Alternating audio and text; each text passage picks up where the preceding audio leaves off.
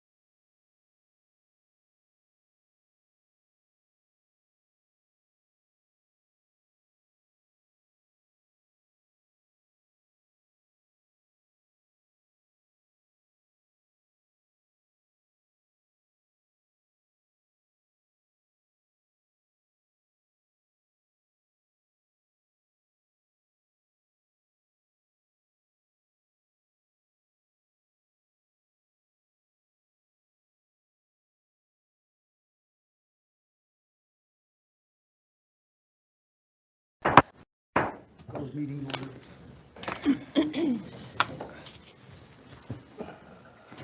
Pledge allegiance to the flag of the United States of America and to the republic for which it stands, one nation, under God, indivisible, with liberty and justice for all. Everybody seen the agenda? Do we have any changes, additions? Anybody have any issues that they didn't see on there that they want to address? Hearing none, I have a motion to accept the agenda.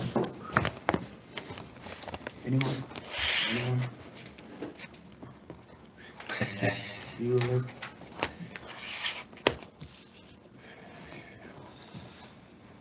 All right, motion to adjourn. No, that was not what. That Quick was meeting. Not the motion called. Oh, motion to approve. Good Lord, people, you're gonna have to wake Second. up, wake up. I'll second. All in favor? Aye. All opposed? All right. We're gonna move Eric up to the front, like I said earlier. Just because he has a commitment he has to get to. Eric, my team, you have the floor. Good morning, Council. I wanted to briefly talk about the situation we've got on this one line item on our budget. We use a software product called VMware. It is a pretty industry standard product that's used in to create a management environment for your servers.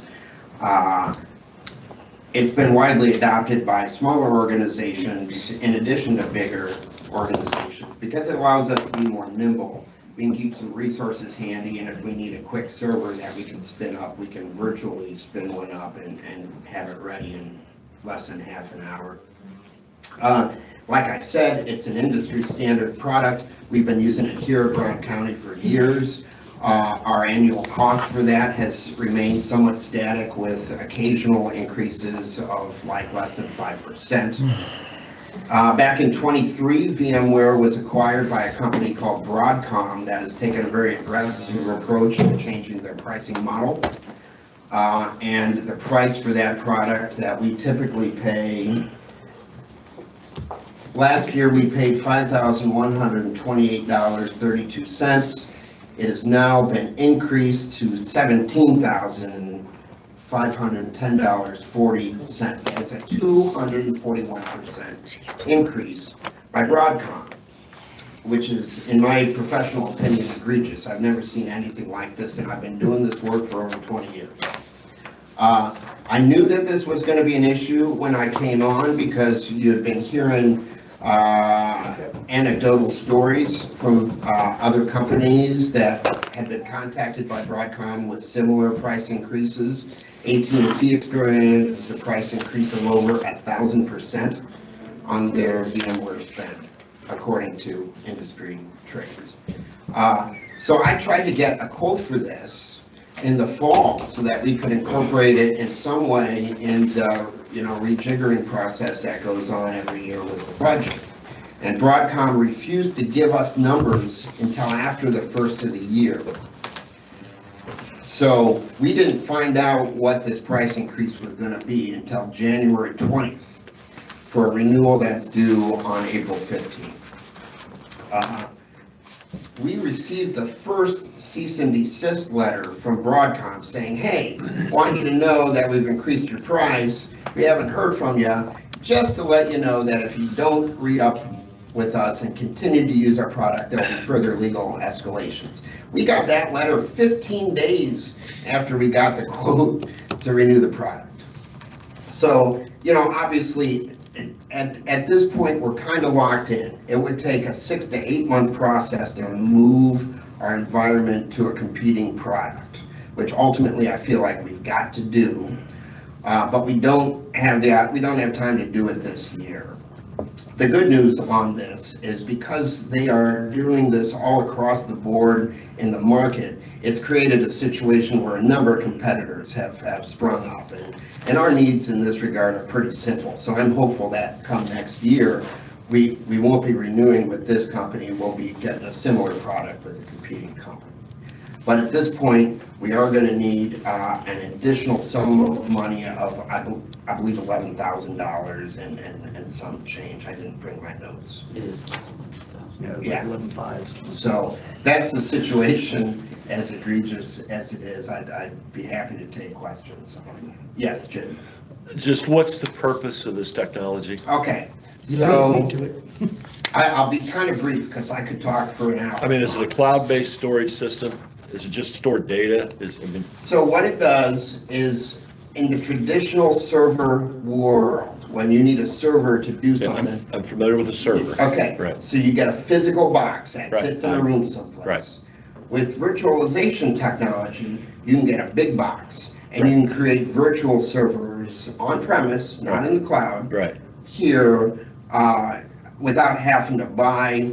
So you know, 20 is this what's the gigabyte storage of this server? I mean, how much? And is everything, in terms of hard drive- is all of, for example, in my office, you know, I have 4 primary, much more than that, but 4 primary technology applications, Right. you know, and they're all cloud-based. So you log in every morning with 2-party authentication.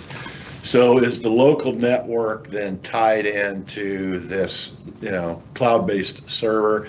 So any applications that we have locally then are stored along with all backup. So all the backup, everything that all the data that we have. So Lao, for example, Lao is an application, I believe, that runs locally, right? And so then do we back up Lao into this system? Okay, so this system exists completely on-prem. It's Okay? what? Completely on-premise. It sits over in our data center. Okay, I thought it was a cloud-based. Cloud-based meaning it's, It creates a cloud within equipment that sits in our server room, a virtual environment, but it is not outside our network. We So do it's a- backups outside our network. so in essence, it's really not a virtual cloud-based system. Not by the definition that you're using. So they're Yeah. charging us $17,000. So it's actually setting on our hardware. This system sets on our hardware, That's absolutely true. which is what a server is, because I have a server in Right. my office. Right. Right. It could be described as software that allows you to take one massive server and create lots of smaller servers in a very nimble, quick way. Does that make So everything in the county sits on this application for the most part, I wouldn't say everything, but yeah, predominantly. by and large. A big part of our organization. So if I have a workstation, you know, I have my own private little workstation in my office, then that automatically backs up to this on a day-to-day basis. The workstations do not back up the data that's generated on the workstations within the applications. That It's gets backed up. Yeah. Okay, all right, that's good, thank you. So it's just data storage, it's not a server. It is a server. The virtual environment contains hard drive storage. It contains virtualized CPU resources and virtualized RAM resources. And so it's more of an operating system, is what it is. Yes, yeah, that's a better way. It's an operating system, yeah, okay. You say industry-wide they've increased prices this much? Absolutely, yeah. Now, in the stats that I looked at, 14% of their customer base experienced increases of more than 100%. So I would say probably about 30 to 40% of their customer base have experienced increases of more like 30 to 40%. This almost sounds like a monopoly Yeah. antitrust issue. A little bit, except for the fact that there's all sorts of competing products that are popping up and, you know. Yeah, so this really, I mean, we got to pay for this. So really what we need to do is we need to create an ordinance, do an additional appropriation out of the general fund, right? And then you need to submit it to Gateway, to the DLGF to get approval. And so can we get all that done by our regular Well, meeting? it's already been sent to the paper. Oh, you've already got it in there? Yeah. Yeah, okay, so Susan can draft the ordinance, Yeah. and then our regular meeting this month, we can go ahead and approve it. Pretty much. Because this is a have to, it's not. It's a bill that we've got to pay. Okay, Otherwise, we're. well, you got to pay it, it's just you have to pay it. Which And then maybe next year in '27, you can save a little money. Hopefully a lot of money. Yeah, well, we'll see. How much was the bill? The total bill is going to be $17,510.40. That is up from $5,128.32.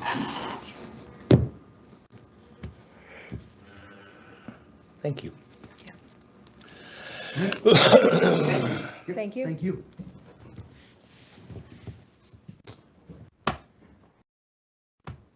Kevin, you have the floor.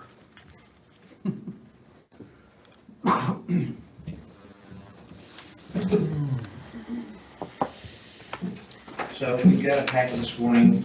This is just an update for us to let you know where we're at with regards to bond expenditures for 2024, along with the capture of what those expenditures were, and then looking at the two items that I'd like to have considered adding one project item with regards to the courthouse windows. It would fall under the courthouse update, but I wanted to run through the numbers briefly this morning to say, here's what the bond money has been spent on. Here are the two projects that we need to fund out of that particular fund, and then have a conversation and then answer any questions you have on that. And then going forward, Dan Cartwright, our owner's technical representative here this morning, to basically go over the two proposals that were 2+ proposals that were set up for the prosecutor's office, is where we're going with that, along with the delivery method that we're looking at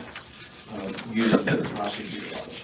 And that delivery method is BOT, Build Operate Transfer, which is a resolution that we passed at the end of February in order to access that Build Operate method. Okay, so the current balance as it stands, based on spend that we just looked at this morning, is $2,637,740.28. That's what we've spent to date, or that's what's bond is remaining, sorry. So out of that, we have done, obviously, the legal fees and the financial setup fees. There's been countless things with regards to this research done on the window study at the courthouse, the construction that took place for community corrections, Dan's activities related to any of the projects on the bond, being the law enforcement center installation, the actual courthouse update and constructions, the equipment that came out of that from Minalta, and then the backup that went through SHI International and Kaseya, which is the IT backup for EverCloud. So we've got firewall and all that. The additional approval to fund the body cameras out of this fund for the sheriffs as well. And then the original $949,400, which is still on budget for Coke Mechanical. I will give you an update that there was, again, a request for 2 additional change orders from DLZ, and both of those have been put back in the burden on them. And that was going to summarize roughly about $31,000 that they attempted to go back and have change orders. Is Cook the ACs? Coke is the actual mechanical manufacturer. Yeah, but that's the AC units.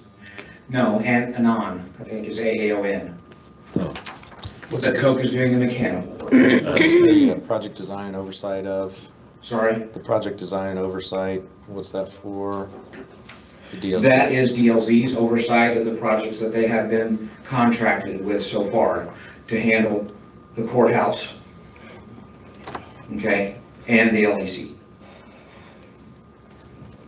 Yeah, but this Cook line item for 949.4, That's the actual physical mechanical construction work that's the AC units on the jail, right? on AC units on the jail. So everything's done.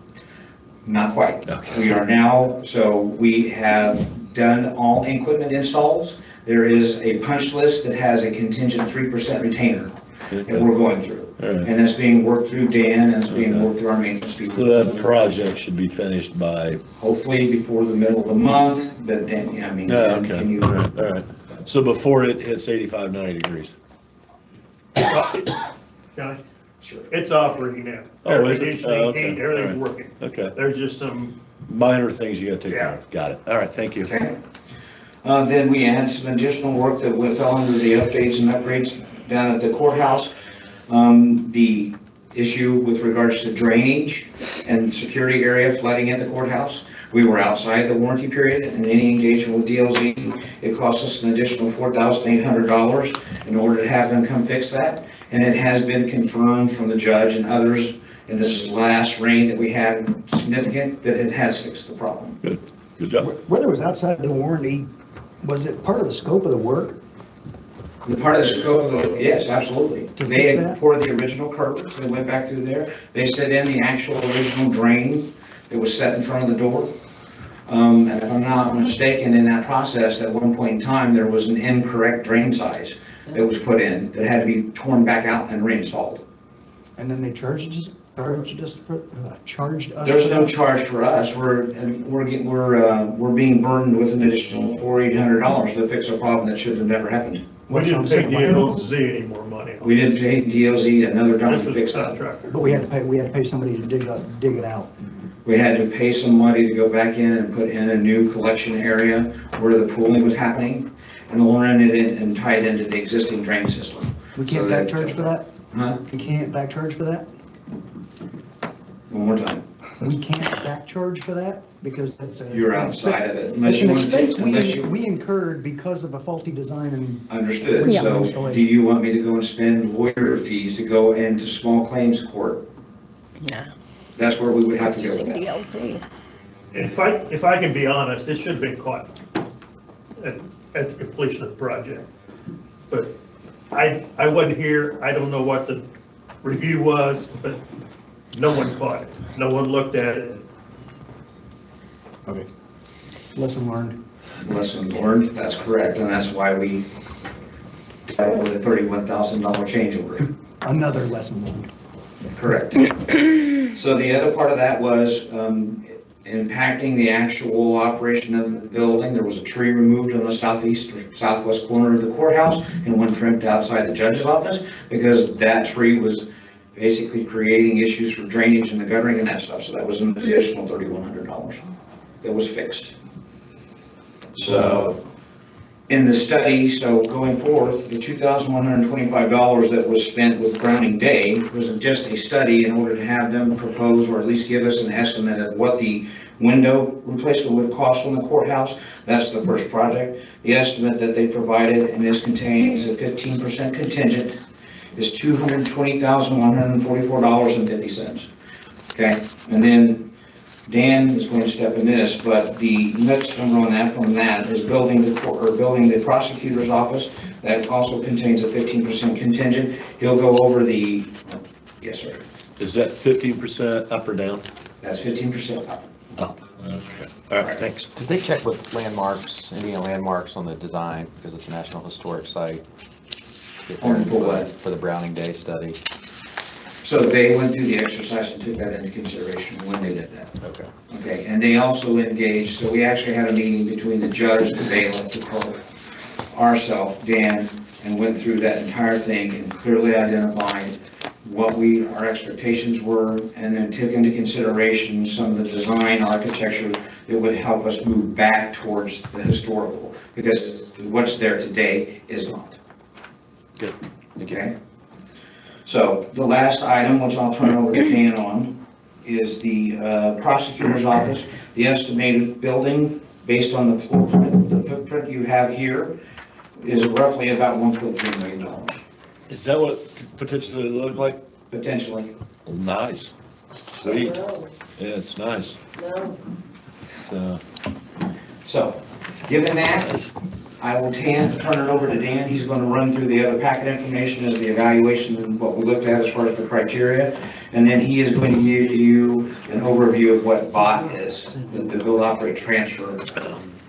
Okay? And then I'll come back and close off with a couple other topics related to potential additional appropriations. Okay? And if you've not met him, this is Dan Cartwright. hi, Dan Cartwright. This is the first time I've been before you folks, so I will just reiterate what Kevin said. I'm a consultant that was employed by the commissioners early last summer, and I've been working on all these different variations and different projects and things. A little history about me, okay? I spent a little over 30 years as the owner of a commercial development company in Marion County and Johnson County. Predominantly, we did work in Marion County and Johnson County. When I say developer, I'm not talking about it being a contractor. We bought the land, we came up with an idea, we built strip shopping centers and owned them. We built, at one time we owned about 1,100 units of apartment communities in Marion County, 3 different communities. One of them was 424 units, one was 336 units, and the other was 208 units. Probably did own and operate, and like I say, I'm talking about from the point of buying land, coming up with an idea, and carrying all the way through it and operating. We probably completed a couple $100,000 or a couple 100,000 square foot of light industrial projects, and probably about that much commercial or retail development as well. So I've been around this for a long time. I've been in this business for a long time, from concept to operation. When we closed our company down, I thought I was retired, but a bunch of my government friends like yourselves in Johnson County, predominantly, that's where I live, started contacting me, wanted me to do consulting for them. And so I did that for a while. Then I was Edinburgh town manager, and I left Edinburgh and went to Bargersville. I was Bargersville town manager, and I resigned from that position a little over a year ago. And so now I'm back in the semi-retired mode, and working for the commissioners of Brown County. So I just want to give you a little of my background to let you know I have been around the block a little bit. Okay.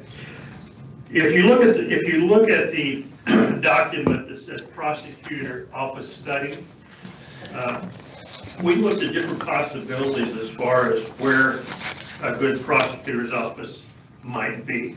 It started out with conversations with the town and the possibility of taking the town police department, but however negotiations flopped on that.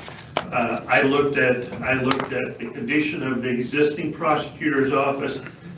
It's got environmental problems, particularly asbestos. Looked at trying to remodel it. The building's not worth anything. It really is not worth anything. The cost is just, it would not only would the cost be a lot, but also wouldn't be functional for what Ted needs. And all this was done with the communication and the coordination and comments with prosecutor, okay? So we kind of forgot about the existing location and where do we go? So I came up with two possible sites, as you see in this presentation.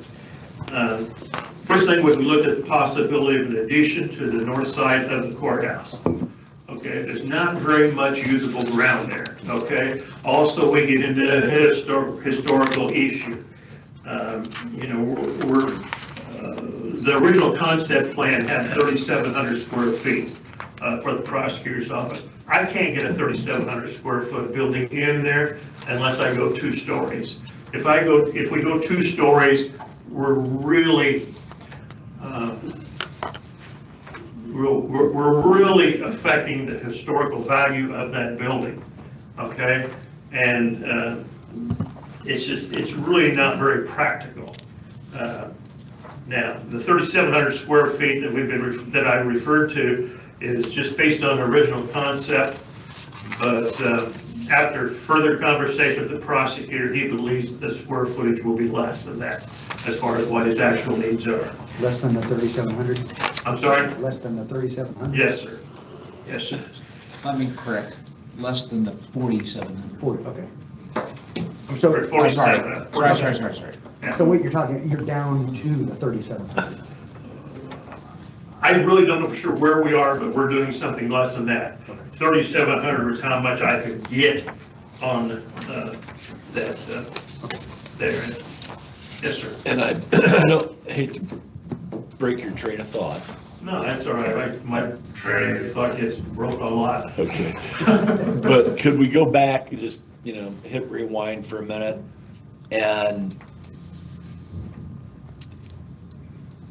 I'm operating off an assumption, if you all make a decision to do this, that the commissioners move forward with this, then the existing prosecuting attorney's office will have to be demolished. I'm assuming we'll have to demo that. That's what I would recommend. But Yeah, and I don't know if that's 100 grand, 200 grand, what that's gonna cost to demo that. And then I have been told, I don't know that there's any truth to this statement, but supposedly the ground underneath the existing prosecuting attorney's office, there's environmental issues. we believe that's a very good possibility. Is there a high probability We do not that is have- true? The research hasn't been there yet. Right, No, and the that will, research has once been- you demo that existing facility, you're still gonna have to do the environmental remediation on that soil underneath, will you not? Somewhat, but you can encapsulate it with Okay. all asphalt. So you could mitigate that expense. Okay. Yes. Now, because the question is this, for me, is that I, years ago, 2 or 3 years ago, went in there and measured off the inside of that existing prosecuting attorney's office, and pulling from memory, it's somewhere in the neighborhood of around 2,200 feet. Okay, and my question is being able to demolish that building, do the environmental site cleanup, the remediation on that, and then going up with a 2-story brick building at the current location where it's located today. Did you spend much time looking at that option? I spent very little time looking at that option. And the Okay. reason why is because of the problems relating to parking is one, Right. okay? The condition of the building and cost associated with that, the environmental concern that you would have to take care of if there was environmental concerns in the ground below, you'd have to definitely take care of that, Right. which could be very costly if you were to build a new building on it. What kind of environmental concerns are there? Well, we really don't know, well, for the environmental concern that can be identified is asbestos in the existing building, okay? If you talk to some of the people over there, I had one lady in particular tell me, sometimes I can't even breathe in here, and also the security aspect of that location. I mean, the prosecutor's office needs to be a secured location. You could easily, I could break into that building Oh, yeah. so easily. Please. Okay, thank you. It's all right. That's, yeah. So we looked at the possibility of either going with a 2-story addition to the courthouse or a single-story addition to the courthouse. It was determined when we met with the team, okay, and I'll tell you what the team is. The team was Kevin, myself, the prosecutor, the judge, and the sheriff, okay, is the team that got together and looked at these possibilities. The team basically said, particularly the judge, courthouse addition, forget about that, Yeah. okay? I agree. So then I started looking at what are the possibility sites that are. Well, the law enforcement center would be a very good place for the prosecutor's office. At the northeast corner of that parking lot, there's a substantial amount of grass in the area. So we started looking at that. Part of that is in the flood fringe, which means it's a 100-year floodplain. Okay, you can build outside the 100-year floodplain, but you can't build inside the 100-year floodplain unless you go back through DNR, and it's a lengthy, long process. I've been there, I've done that. And so I looked at the possibility of building well, I should have said earlier, that site plan and that building elevation, or that floor plan and that building elevation that you have there was a conceptual plan that DLZ did for the prosecutor a year and a half ago, okay? So that's the only thing I had to work, okay? So I took that and I said, okay, can I set that building in that location? Dan, sorry. Yes. You said the site plan, that's the color photograph, the aerial. I said site plan, I should have said floor plan Floor plan, okay, gotcha. when I was referring to that. The colored photograph that you've got, that looks like this, that's just a sketch that I did to determine what the possibilities was on that building. I scaled it off, and the block in the corner identifies where that building that you have the floor plan for would fit, and how it would fit. In order to do that, you can see the red dashed lines that I drew on there is approximately of the flood fringe. So I can stay out of that flood fringe and get a building very similar to the one that DLZ drew, and that colored building elevation at that location. There would be some additional work associated with the parking lot and the access to the Sally Port as far as parking or site work. But there would not be any additional parking. We might have some parking on the backside for employees, which I didn't look at, I didn't show that on the sketch. So basically the building you're looking at on the black is about 40 by 100, about 4,000 square feet. We probably would also look at the removal of the gravel island in the middle of the jail parking lot, and possibly be able to create more additional parking spots in there as well.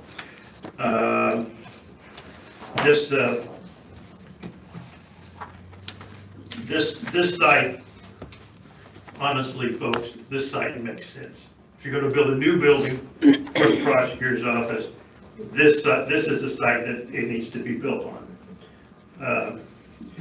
So if you look at, back to what I call the prosecutor's office study, look at site 2 on the second page. Northeast corner of the law enforcement center outside the 100-year floodplain, anticipated, possibly as much as 4,000 square foot can be put there. Still plenty of parking. We would make some modifications to the parking and the asphalt in order to have accessibility to the Sally Port, and the cost is about $1.3 million. Okay, this is $1,288,650, but we've always rounded it up to about $1.3 million. Yes, sir. So at the 15%, you're $1.5 million, and is that turnkey, put the key in the door, parking lot, everything's done?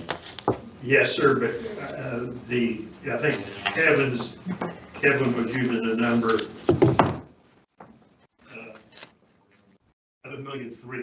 Yeah, but I'm gonna use the 15% just to round it up, to be safe, in my mind. It's $1.3 million to $1.5 million. Yeah, it's $1.5 million. I mean, this is a conceptual budget. Right.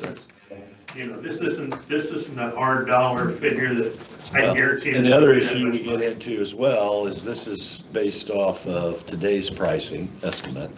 It is not based on if we drag our feet on this project 12 to 18 months, you could potentially end up costing more. That's a very good point. I mean, the cost increases for construction right now is anywhere, it can be as much as 5% per year.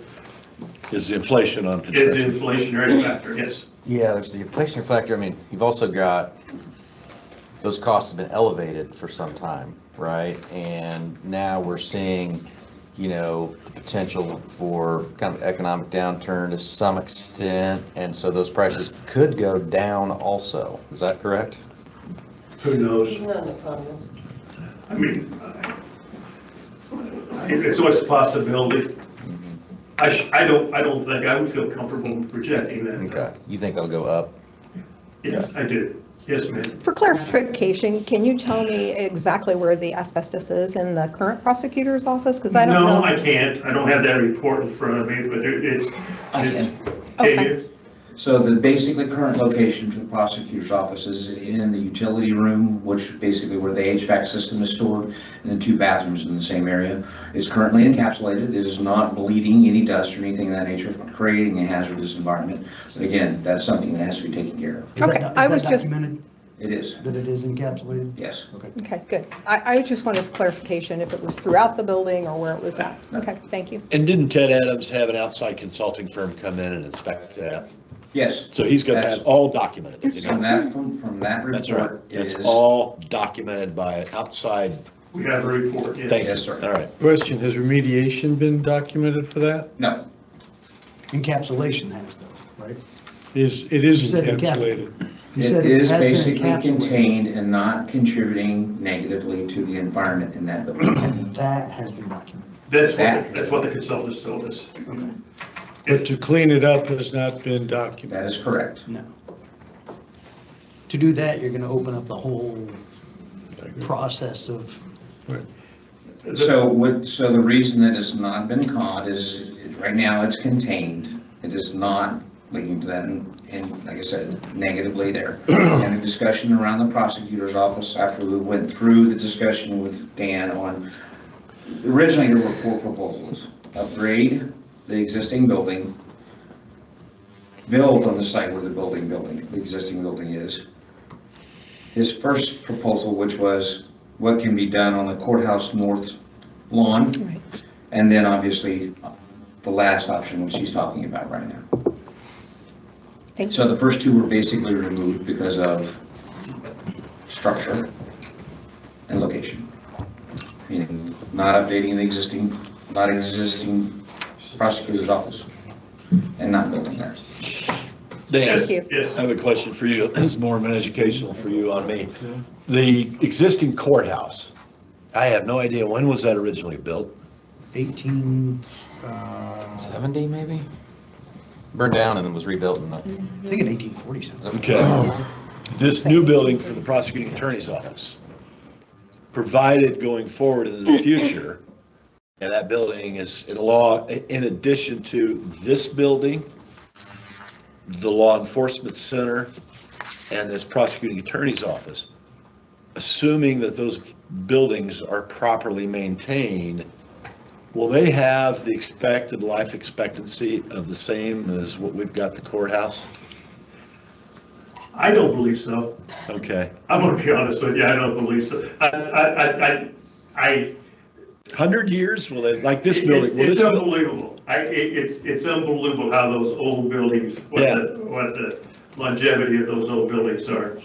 But the new buildings today, so like this building here, I mean, is this building, I don't know when I don't even know when this building was. 1991. We moved in 1991, 1991. okay. So, yeah, 2091, will this building still be functionally, not without spending probably over $1 million to maintain it. to maintain it, Okay. renovate it, Okay, you know? okay. Thank you, Yeah. yeah, all right. So in answer to your question, can these buildings still be standing? Yes, as long as that one, yes. Cost would be substantial. At some point in time, you look at, and I've experienced that in my own business. I'll buy a building and I'll say, okay, we're going to remodel this and we're going to make it this office, okay? So you get into it and you find out that the cost in order to upgrade it and update it according to codes and fire as well as building codes and everything else, the cost exceeds what Okay, you could do to just tear it down and build a new building. gotcha, thank you. 1.3 still, 1.3 and 1.5. I mean, this is standard wood frame construction, correct, with a brick veneer It would be wood frame construction with a brick veneer, yes. at 3,700 square feet. I mean, that's size. 2 by 6 walls? A moderately. Probably the outside walls would be 2 by 6, the interior walls would be 2 by 4. That's fine, yeah, okay, yeah. That's still, And I mean, it could be- that's a decent sized house, and Right. 1.5 $1.5 million for a decent sized house? It's $400 a It's square freaking foot. expensive. At 3,700, at $1.5 million, it's $400 a square foot. So. Yeah, which is, I mean, that's, But it's a commercial application. There's a difference, isn't there a difference between, is it fair for me to go, okay, I'm just using $1.5 million rounded up, right? And then divide that by 3,700 square feet, so that's $400 a square feet. And then you go over here on the residential side, you know, and the word on the street is you're $1.50 to $1.75 on a residential property. But you're trying to contrast a residential property. This is a commercial property. So I'm assuming that the exterior doors are far more heavy duty than you have on a residential. Well, there's building. so many things that you've got to look at in a commercial construction project as opposed to a residential. You got the ADA requirements. Okay, right. ADA requirements, it's a substantial add to a project. You've got the building codes, okay? fire code. Which is totally different, the fire codes, you know, in order to get a building permit for a commercial project, it first has to be approved by the state, okay? And I've been through that. And then I'm going to ask one last question here, just from an educational standpoint. You have government versus private sector. So let's say I'm a private sector guy, I want to build the same building, and I go bid the job. Well, the private sector cut a break for the private sector, and does the private sector have a tendency to try to rape and pillage the public sector because it's government? well, I'd like to address that in the next part of my Okay, presentation. all right, thank you. All right, thanks. And that's the construction delivery system. Got it. And why we are recommending that. Okay. So again, in a meeting with the prosecutor, Kevin, the judge and the sheriff, they're all in agreement. Okay, we wanted to make sure we had their endorsement. They're all in agreement. That's the location for the prosecutor's office. So now we're looking, and again, these numbers are purely conceptual numbers, okay? I think there's a good chance that it could be less, but in these numbers also, there's a lot of hidden costs. I shouldn't say hidden, but it's costs associated with design, and costs associated with the review, value engineering, okay? All sorts of hidden costs. That's not just hard dollar construction costs, but that's what but I feel pretty comfortable with the numbers that we presented, $1.3 million to $1.5 million total cost. Is there a chance it could be less? Oh yeah, I hope it is. We're going to work towards it being less. But I'm going to be honest with you. In a situation like that, I usually try to give the worst case scenario. Okay, and I feel pretty comfortable with that. If we get going on the project, if we wait a couple years, we won't. One advantage we have though is we already own the land. There's no land acquisition.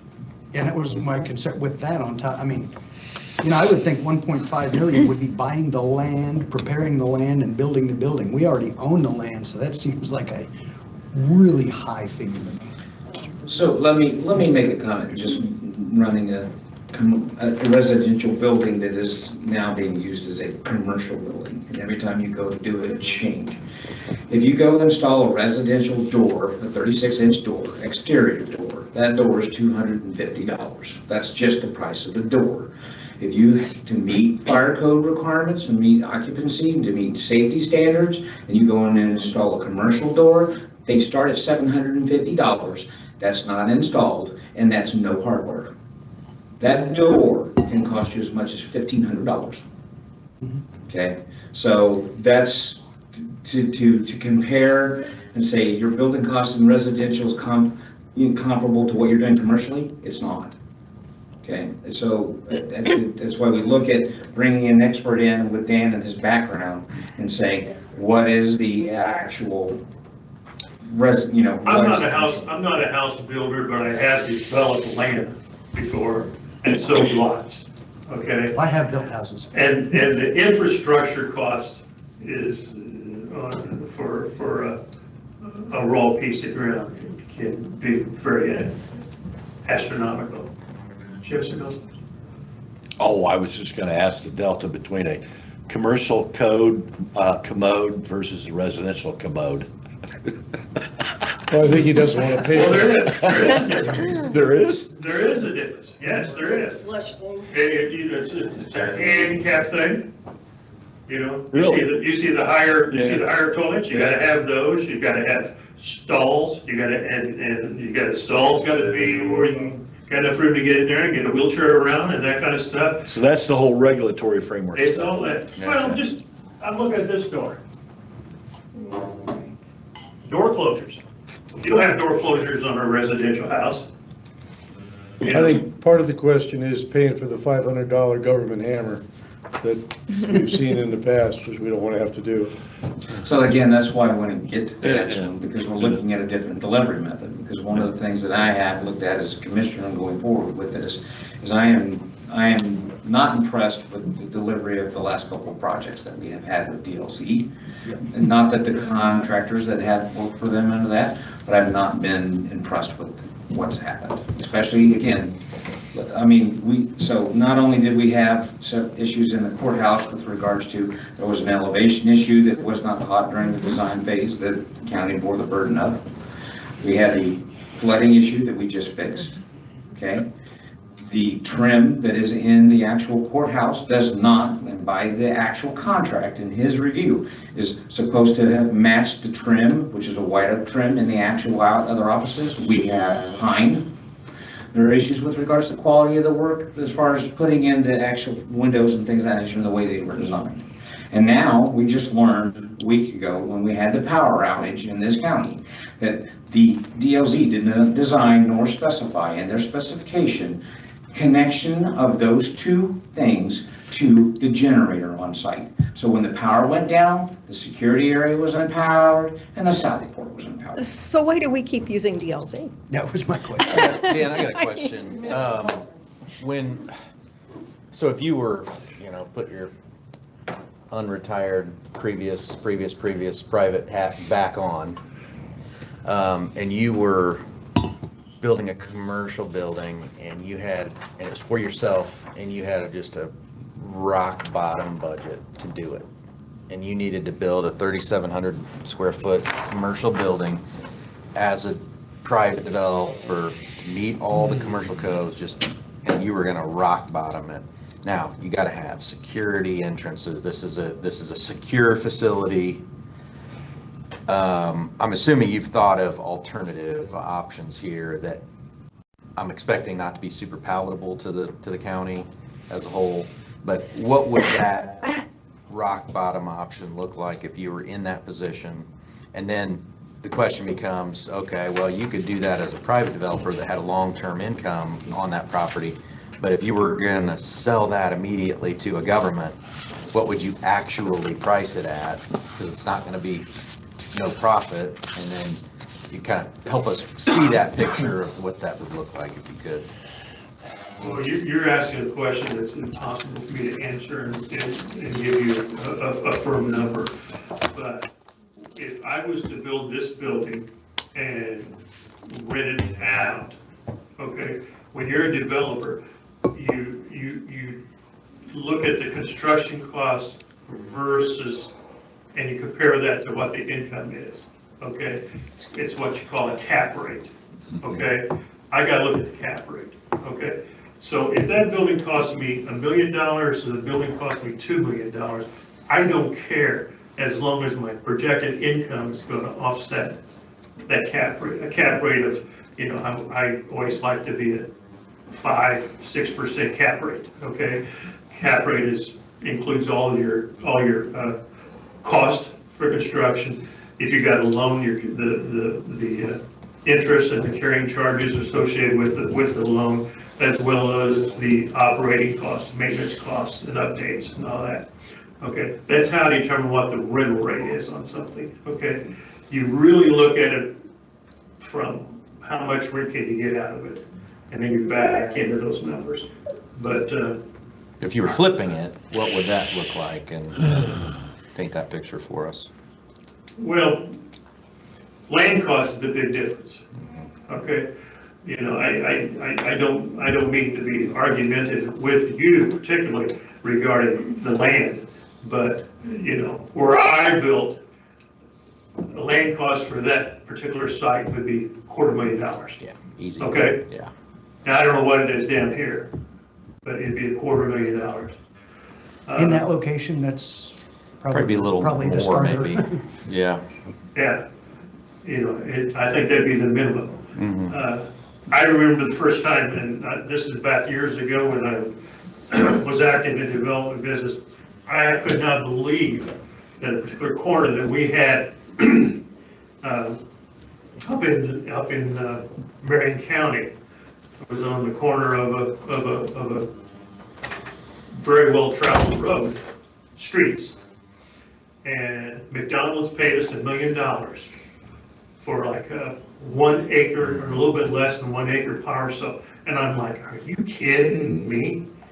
You know, now that very same property, bare land, is probably $2 million. You know. Well, let me get you, that was a tough question. Let me give you an easier one. 3,700 square feet, commercial building, rock bottom price, no brick. I mean, we're talking, what we've got now is $350 a square foot. I assume that's how I'm you gonna push reached. back on Hold that. on, just let me finish. 350 a square foot is what you got now. What would you, what would be, if we said, hey, we're broke, we're borrowing, what's that number? One thing I want to push back on that though is. Darren, would you just let him Hold on. answer? Hold on, because I want to premise that with, the problem we're facing right now with the prosecutor's office is that we did the rock bottom, bare minimum, what we could do and get by with shoestring budget. Now we're paying for that. So I don't want to go absolute rock bottom shoestring, but Sure. to your point, yeah, So go ahead, what do you think? I believe $250 to $300 a square foot. Okay. Wait a minute, I got to step in here for a minute. The council approved the $4 million loan. Plus land. The council approved the $4 million loan. What the decision as what they're going to do or not going to do does not rest with the council. I believe from a statutory standpoint, that is solely a commissioner's decision. It is not the council. So the council has no input on what is built, where it's built, how it's built. This today is nothing more than an information proposal, is all it is. okay, but. So for us to debate it. Yeah. But to what you've repeated over and over again, aren't we the financial We did, but we should have done that on the front end on the $4 million loan. There was no building. We should have done that. There was no on the- building to do that on, Jim. Darren? We don't have, we just now have the plans for the building, so now we have the building to make the question on. Okay, stop for a minute. Before we renewed the ordinance to create the $4 million 4-year note, Yeah, go ahead. wouldn't a better approach had been had we have looked at an actual, what is it actually going to cost before we did, no, we did not. They threw out numbers. There was a $2.5 million numbers. Because that's all we had. We did not have these numbers until we. Darren, I'm not gonna engage, okay? Then what's the point? Then why did you bring it up? Well, let me say something in between us two, is we did not do that early on in terms of due diligence, great detail. Fine, we may not have been in that position, but we can see, are the commissioners utilizing the money properly for our next round? Right. To say, okay, we will preempt that and say, hey, we saw some anomalies here. We want to clarify that this time. So Dan, at 250 a square foot, that's at 925,000, and that would be just ultra rock bottom, plus contingency. So you're looking at, that's a $375,000 difference if I'm looking at the math right. So it's pretty, what that tells me is you're actually, this is a pretty tight budget already, if I'm doing that math right, at 350 a square foot, if rock bottom's 250. So can I back up just 1 second? You also have to take into consideration that this building will reside in the confines of Nashville. So one of the reasons that we made the proposal that we did with regards to brick face and those kinds of things is that was what was approved for the jail. That's what has passed. It needs to look similar to the jail. If it's gonna sit in the jail lot, it needs to, there needs to be an aesthetic tie. Yep. Sorry. No, you go ahead. The other point why we looked at the consideration and the location is because there's underutilized parking at the jail, okay? We have absolutely no parking at the courthouse. There is no security built into the existing system, in the existing building. You can walk by Ted Adams' office right now on the street and behind and between them. So let's, yeah. It's Go ahead. the best estimate that we can do, right? This is just a statement. I want to say, first off, I want to appreciate you coming to us and explaining the whole process, what you are doing, what your thoughts are, etc. We've not had that in the past, and I want to say thank you for that. Because you could just go forward, because we have, approved the bond. I appreciate you coming and letting us debate it. Yeah. While some people don't want to debate it, and it's not necessarily for us to debate, at least we can ask our questions, at least be heard. You've heard us, and I appreciate it. Thank you. Appreciate that. I mean, Now, I know it sounds like I'm being combative, but I really appreciate it. And I'll second that as well. Thank you for the information. That he's being combative or that you appreciate it? Oh. No, I appreciate the information. I appreciate the information, and it appears that the commissioners and everyone's done their due diligence on this. So now, does the bot require council approval or no? No. We're gonna, No, okay. if there's any other, unless there's other questions regarding the location of the prosecutor's office, I'm going to go into the actual construction delivery system that we are recommending, okay?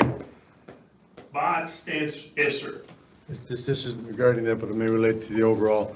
Regarding DLZ being an entity in terms of working on this, I would preface them to say, you guys pay for what you didn't do in the courthouse, because we've seen things in there that should have been done if they want to bid. So DLZ won't be involved in this. DLZ, so at this point in time, Thank God. again, let him explain this delivery process to you. And then once that, you'll probably get a better understanding of why I'm saying it's not likely that they'll be engaged. Okay. Okay?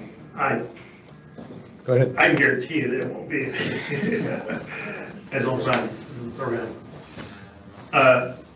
The BOT project stands for Build, Operate, Transfer. Okay, it is a legislative approved construction delivery system. It was established, the code I think was mid 2005, 2004, something like that. Everyone got all excited about it because they thought it was such a new, unique way to do things.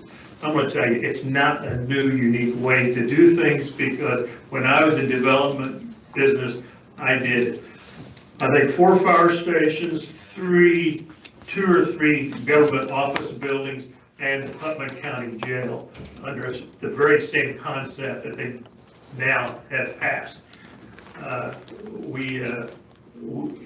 at that time, we called it the lease purchase procedure for government entities, okay?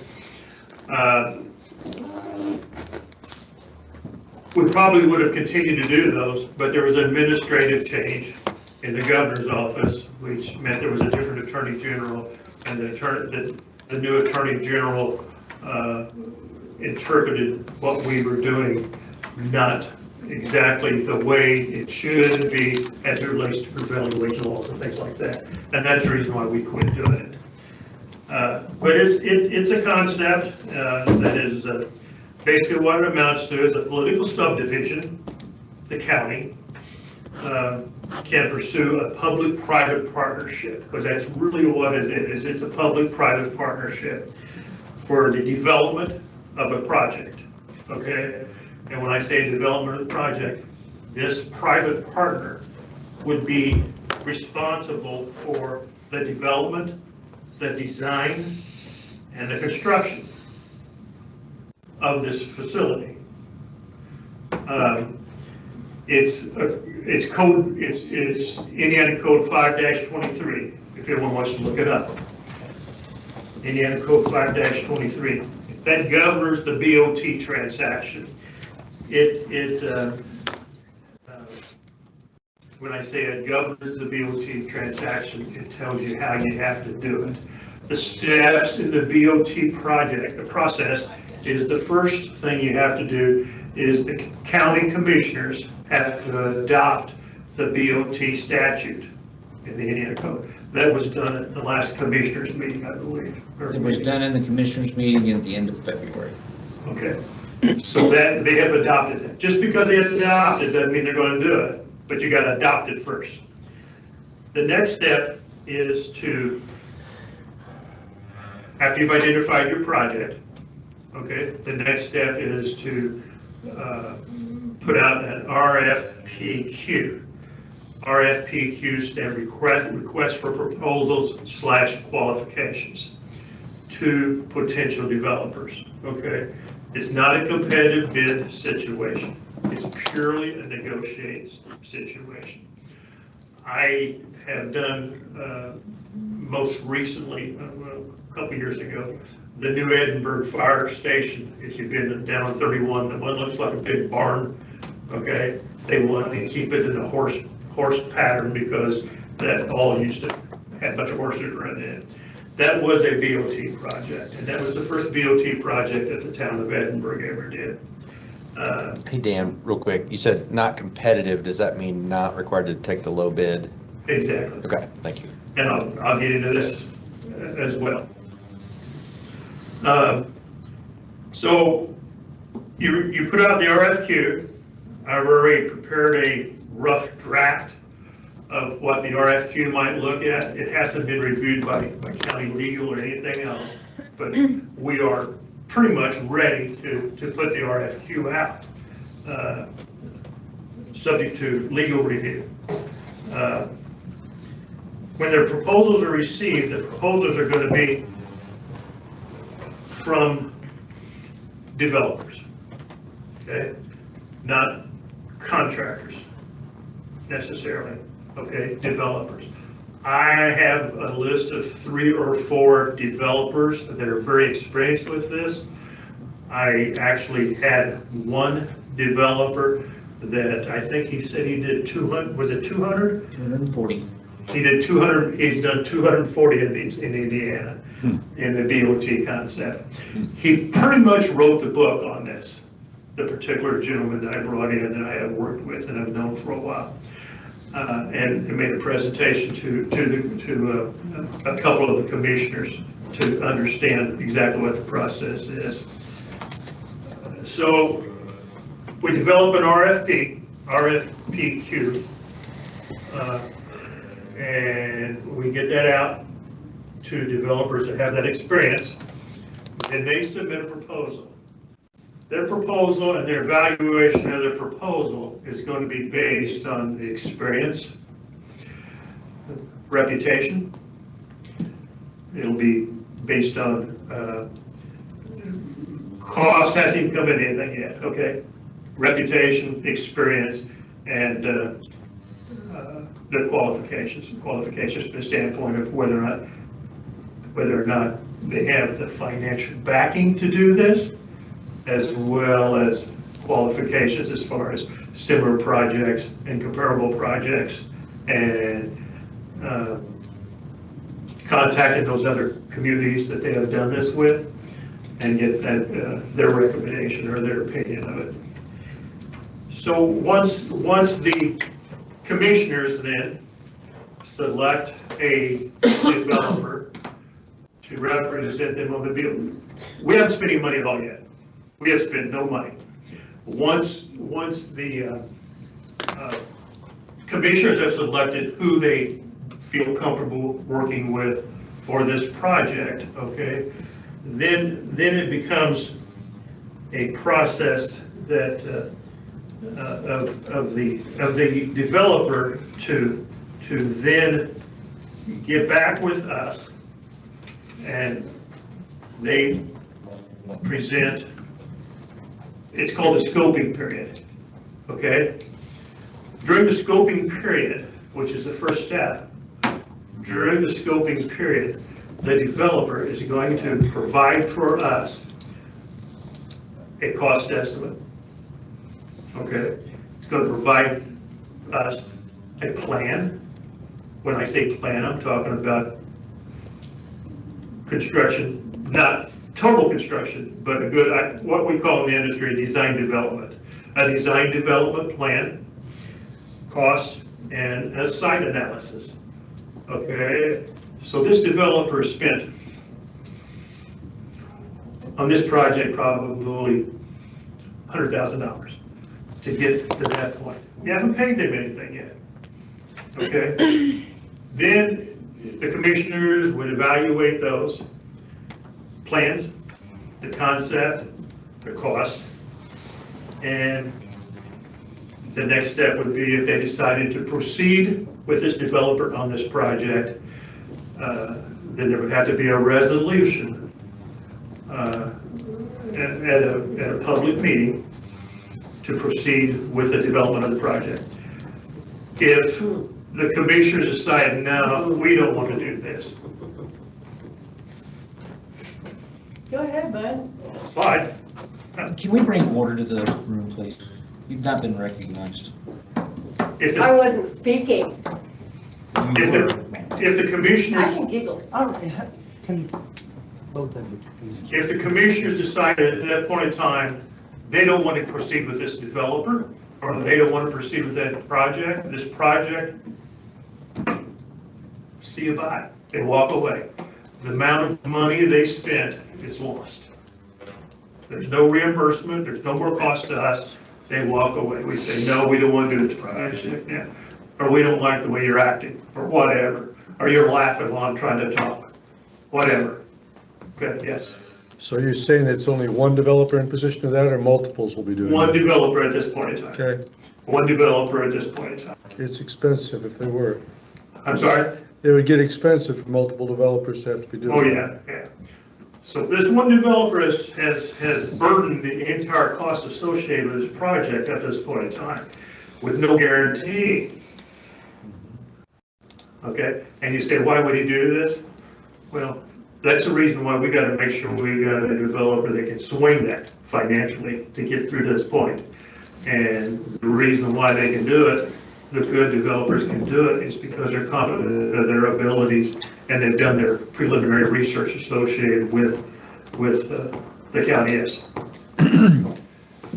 I'm over here looking at it through the lens of a developer, and I'm sitting here going, if I'm working with a political subdivision to where there are political differences within a commissioner's office, and I deem that commissioner's office to be somewhat unstable, then I think I would be extremely reluctant in making that capital investment into that community with the potential outcome of that unstable environment of saying, well, we don't change our mind. Well, your price goes up. Well, I'd walk away from it. I would. That's a risk that they have. It is, yeah. You know, but you guys are good enough to be able to- evaluate that Okay. based on the election cycle and all sorts of things. So Whether or not they are willing to invest in this. Yeah. Dan, it seems like, step 3, I guess, the RFPQ is put out and returned by, 4 builders. And the commissioners are asked to select without seeing the cost or the design build plan, which comes in the next step, which is the scoping period. So you're truly, they're going to pick the most qualified, highly referenced, best financially backed person, but, and where does the negotiation occur, though? I didn't hear that step in there somewhere. Okay, let me elaborate on exactly where you're going with this, okay? If the project doesn't continue after we get the proposals, or get the scoping period completed, and we've got these documents, okay? Per Indiana code, those documents are all the county's. You fire the guy, all these documents are county, okay? So that front-end cost for design and cost estimates, everything, I mean, it's over $100,000. The engineering, all that sort of thing. We have those documents, and we can do whatever we want to with them. Yes? Along with what Scott's saying is, if we don't have any competitive bidding, where is our leverage? Good. I'm getting there. That's part of it, that we keep the product, the work product, yeah. You got the product, okay? When the project is, once the project goes, bear with me, let me go through the whole process, okay? And I think some of these questions will be answered, okay? So, once the scoping period is completed, okay, then by resolution, the county commissioners say, this is the firm that we want to work with. We're going to proceed, okay? Then we get in the design phase, okay? The design phase will include a committee appointed by the commissioners per Indiana code, okay? And that committee is involved in the design all the way up through. That committee probably being in a commissioner and the prosecutor, probably, okay? We will be involved in all of the design of that particular project, okay? Regarding the sizes of the rooms, the location of various offices, all of that, okay? The developer now has hired an architect and an engineer to develop these documents and work with us, the committee, to design a project to our satisfaction, or to the county's satisfaction. One quick question while you're on that. You answered one of my questions that I was holding on to while you're here. Are there developers who do the architectural and engineering aspects themselves, or are they all contracted? I don't know of any developer that does that. Okay, that was my other question. There may be, but there's architect and engineers that try to be developers sometimes, Okay. Okay. but not the other way around. So the design is complete. Now, the design is complete to the satisfaction of the committee that the commissioners appointed to represent them on this project. After that is completed, then we have the resolution, the public hearing, resolution, okay, to proceed with the next step. At that point in time, we receive a performance bond and a payment bond from the developer, okay? That way we know that on our land out there, there's not going to be any liens associated with the developer not paying for something. And we start construction. During the construction process, okay, it can be structured a couple different ways. Okay, and I don't really want to get into it because it can be very complicated. It could be structured and stamped. One way is the developer goes and gets construction financing. He pays the bills, okay? Another way is possibly a drawdown on the bond, okay, to pay the progression of the construction, okay? There's a lot of different ways it can be done according to the Indiana code. When the project is completed, there's a final walkthrough. Now, right now, county hasn't spent any money and the building's completed on our property. I passed up one thing, which is really incidental, but you say, okay, well, how can the developer build on our property and get funding to do so? Okay, well, there's a temporary easement. They're building on a temporary easement, which allows them to do that. So the project is completed. Now, they say to us, they say, okay, we're done. There's a walkthrough, punch list, total examination. The first one is done by the architect of record to establish the substantial completion date and the outstanding items associated with the outstanding, with the substantial completion. The other one, the most important one that we care about is our walkthrough, okay? We walk through and walk into this area here and say, wait a minute. You told me those are going to be pillow windows. They're Anderson windows, okay? Or pine trim instead of oak trim. Or pine trim instead of oak trim. I don't suspect that's going to happen because if I'm allowed, I will be very involved in this, reviewing this. But if we see something we don't like, or this is cheap carpeting, we never knew the carpeting was going to be that thick. We thought the carpeting was going to be that thick, okay? Whatever, if we see anything in the walkthrough that is to our satisfaction, within reason, we can't try to beat the guy up, but within reason, okay? It's going to be corrected before we hand over the keys. When the keys are handed over, okay, now your actual cost begins, okay, based on whatever the negotiated term is regarding the bond and the cost associated with it. So basically, that's the way it works. Okay, now the cost is historically cost is less. And I'll tell you why historically the cost is less. Is because when the government puts out designs, that hire an architect, they hire an engineer, they design it, they go out in the competitive bid. Okay? It's really hard not to accept the low bid when you competitive bid. There's arguments all day long, but I'm telling you, I've been there, I've done that over and over again. It's hard not to accept the low bid if the company provided a bid bond, okay, guaranteeing his bid. So you don't know who you're going to get stuck with. You don't know if you're going to get stuck with someone that has the capabilities as well as the qualifications and experience to do that kind of a project or not. The private developer will be taking competitive bids on different segments of the project, okay?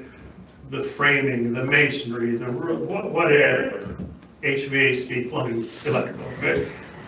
It's to his benefit to get that cost down as low as possible too. Why is that? Because he makes more money off of the. He's gonna make more money. He's got a developer fee in there. When he gives us a guaranteed maximum price, he's going to give us a guaranteed maximum price at the end of the scoping period. Okay, and he's got a developer fee in there.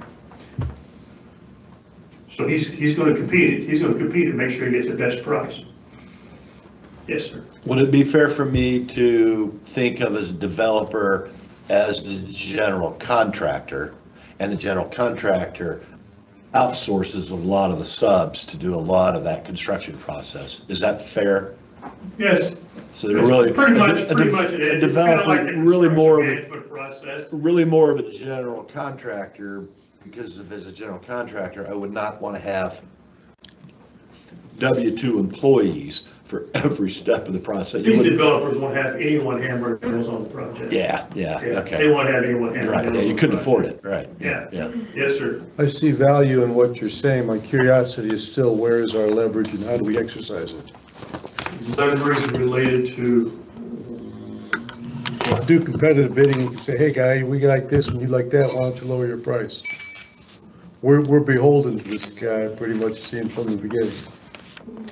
we're beholden to the guy, but the guy's beholden to us more, because he's already given us a guaranteed maximum price that we accepted, and we haven't done anything with the project. But okay, that guaranteed maximum price, the leverage or the competition factor was before that, you're saying? Or it's something like we just get this one guy based on reputation and not specifics of the project? Is it true? Maybe I don't understand that part. Well, during the scoping period, he's going to create what we call design development drawings. Design and development drawings will be things like Architectural aspects, what it's going to. all the architectural, it's going to have brick and carpet and whatever. So his guaranteed maximum price is going to have that basis. okay? And these guys are so doggone experienced at this, they know what the cost is gonna be. Our leverage really comes into the fact that we control the design as if we accept the design development drawings, okay? We accept the design at that point in time. And if there's any variation to that design, then he's got a problem, okay? Now, Kevin mentioned this a little earlier when he referred to the courthouse project. The courthouse project, you know, the drainage thing, that should have never happened. I'm not gonna badmouth anyone, I'm not gonna badmouth the previous administration, but there was obviously no one in charge and watching over that project, okay? As soon as I walked up there and someone said, there's a water problem here, okay? I went out, I took some measurements, I looked around, I thought, okay, well, here's a catch basin supposed to catch the water, but it's 10 foot away from the curb. And the water comes around the curb, and that curb's lower than the catch basin. Duh, okay?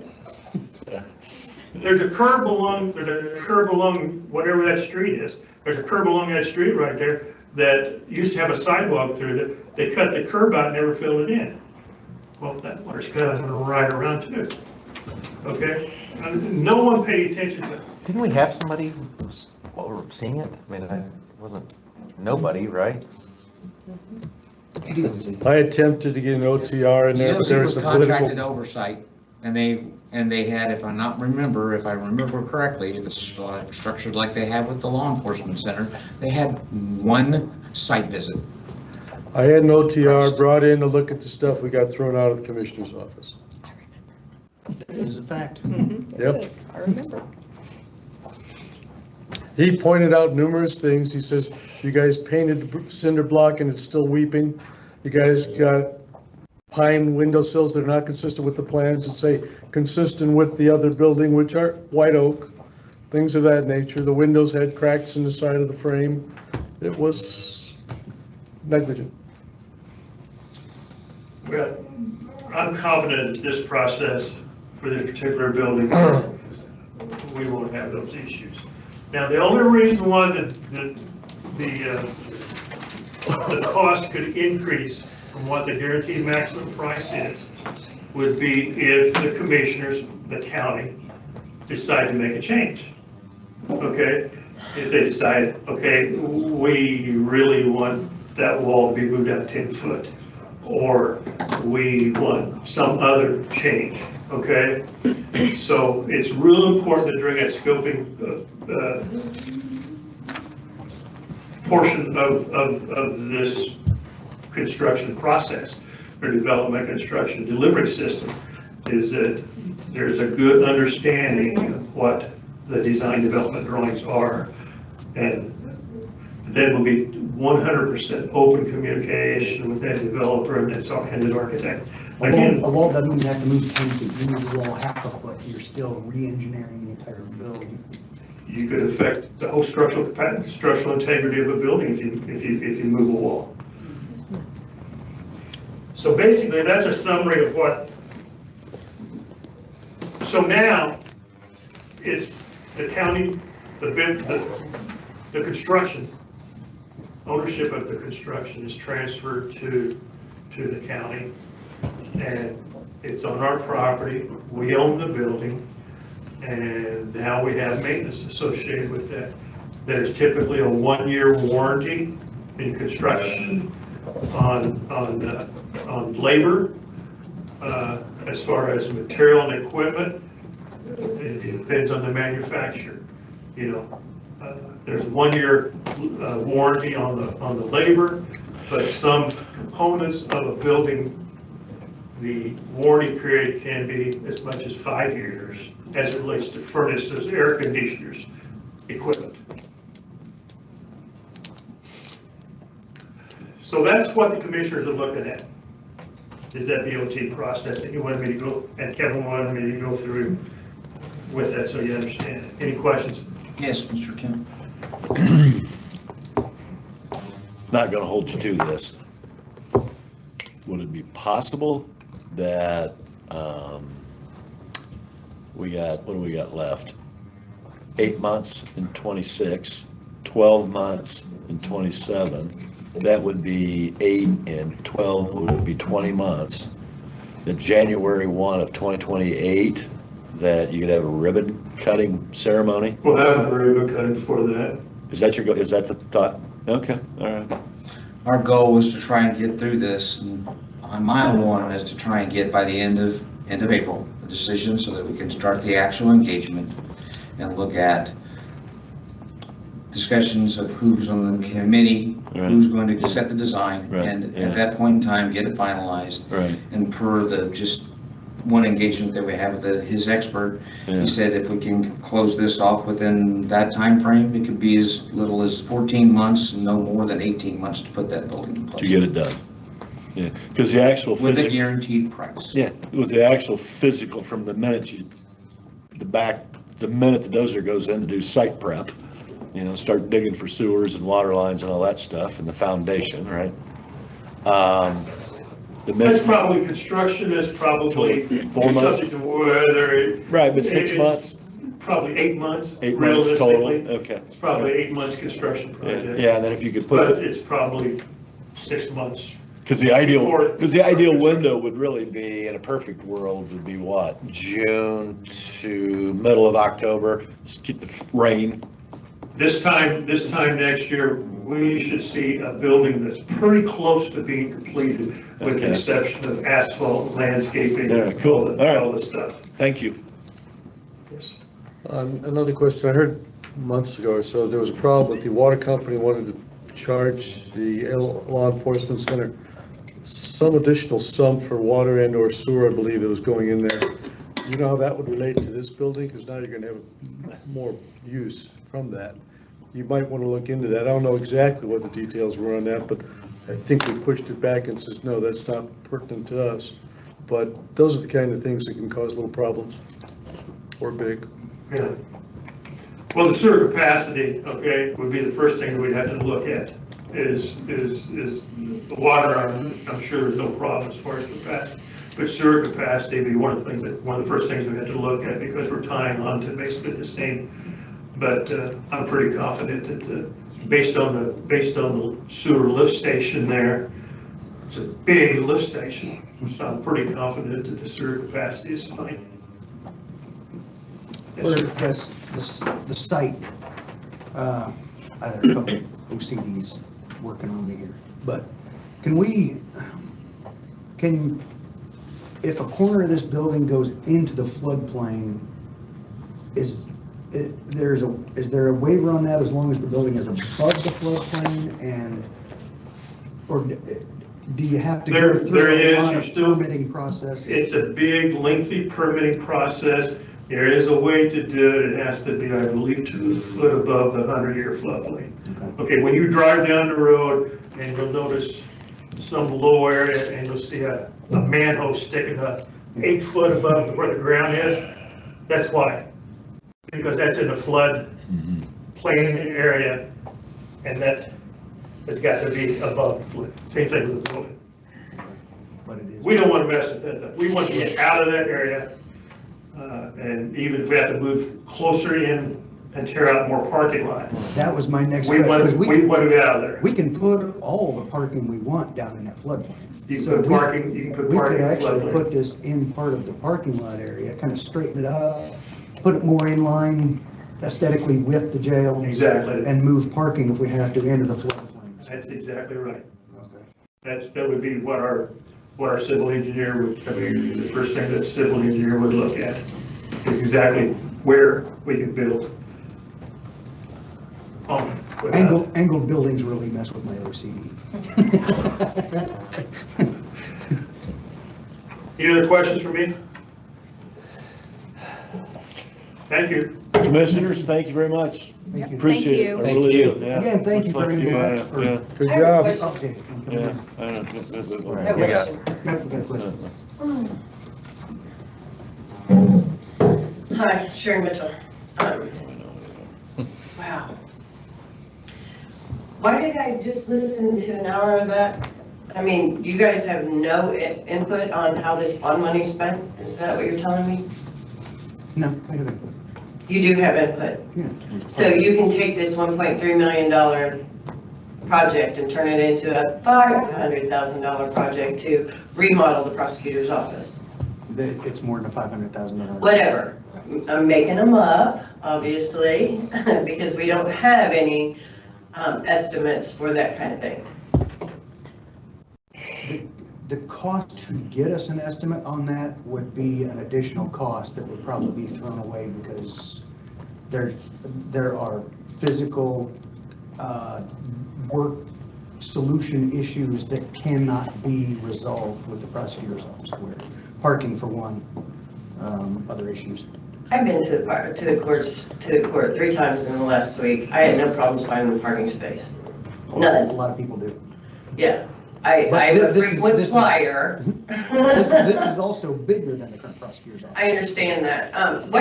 What jobs is the prosecutor not able to do in his current building? Security is a big issue. Security? Yeah, that's a huge. How many times has the prosecutor had an attempt on his life? I can't speak to that, but it only takes one.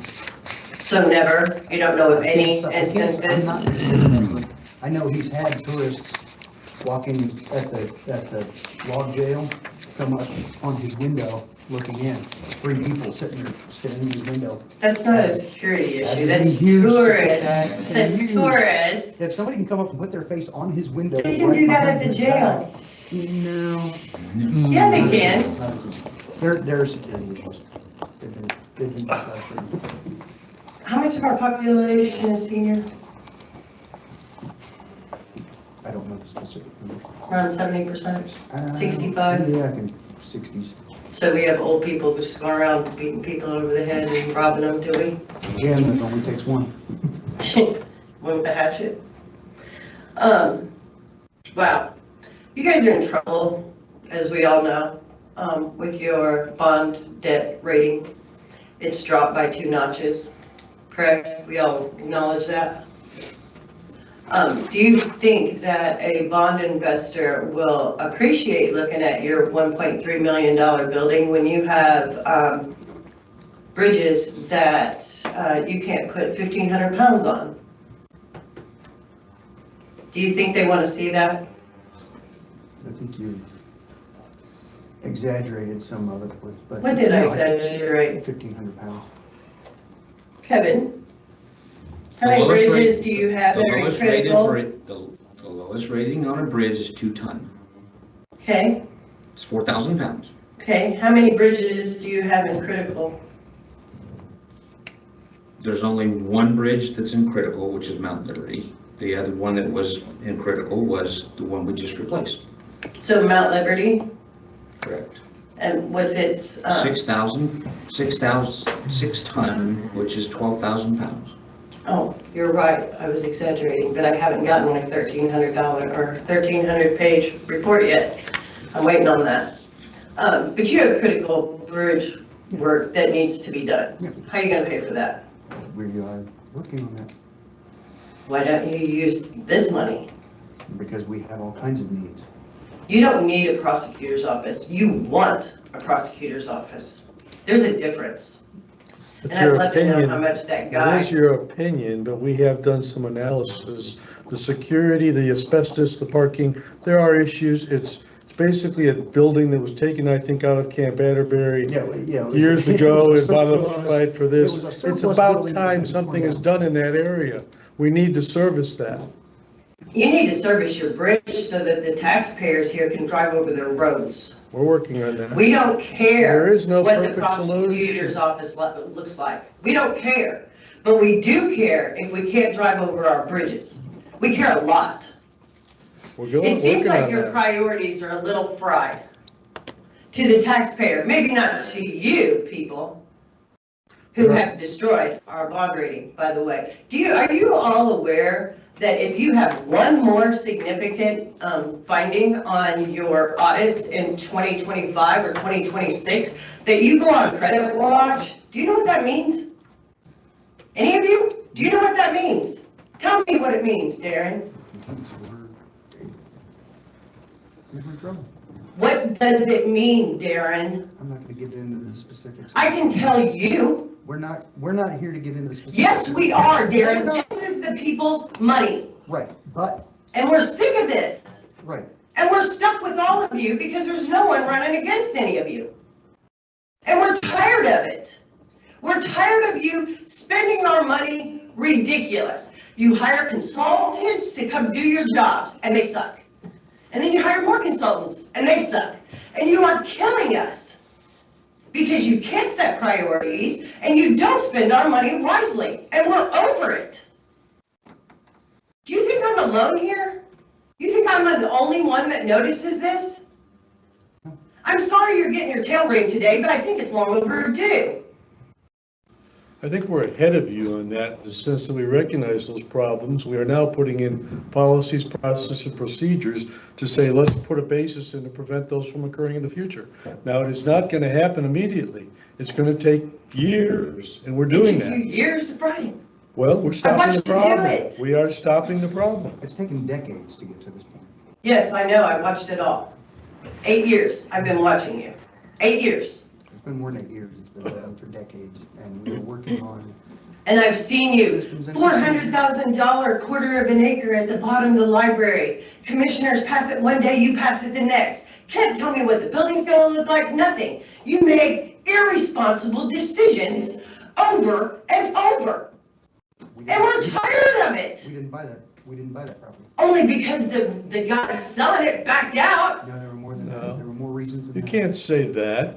Yes, I can. We could have evaluated, it says, no, we still do not want to buy it. We It entertained doesn't it. matter, Gary. You passed it in one No, meeting. it does matter. One We meeting. did not take action on it, sure. You It can't doesn't matter impart what was that. passed. You imply couldn't that. because the guy retracted the offer.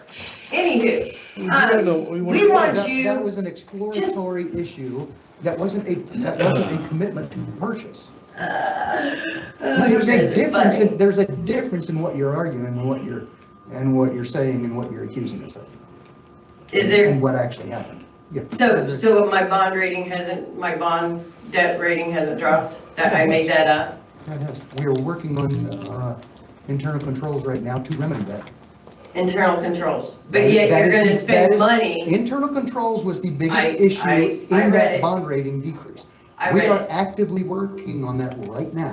I read it. We are But actively you working on that can't right now. change what's gonna happen when you have a significant finding in 2025. You cannot change that. And by the way, what credit watch means is that you will no longer have a debt bond rating. You will have to go to private institutions to borrow money from here on out. If you spend this $4 million ridiculously, the chances of you getting any more money in the future without it costing the taxpayers, not you kids, the taxpayers, ridiculous amounts of money, it's not gonna happen. We're taxpayers. Taxpayers. also. Yeah, well, I am there's a taxpayer. 15,000 of us out here, And I am and just only as, 6 or 7 of you. I am just as concerned about it as you are.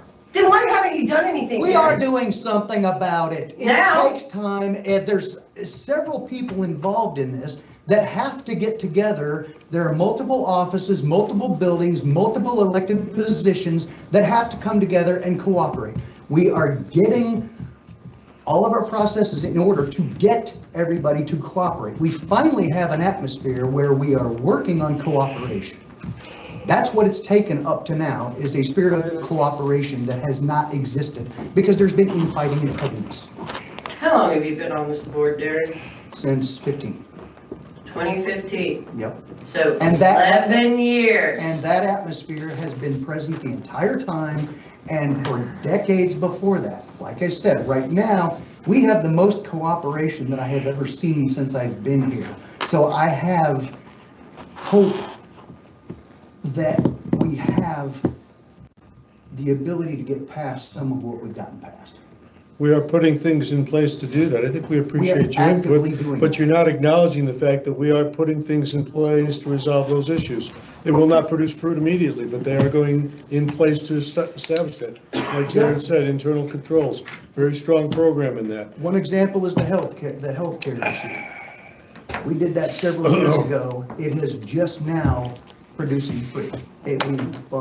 We have been under budget on our healthcare for the first time since I've been here, I believe. Let me remind you that when I started this in 2018, that Beth Mallory was my auditor, and you had $2 million sitting in a rainy day fund.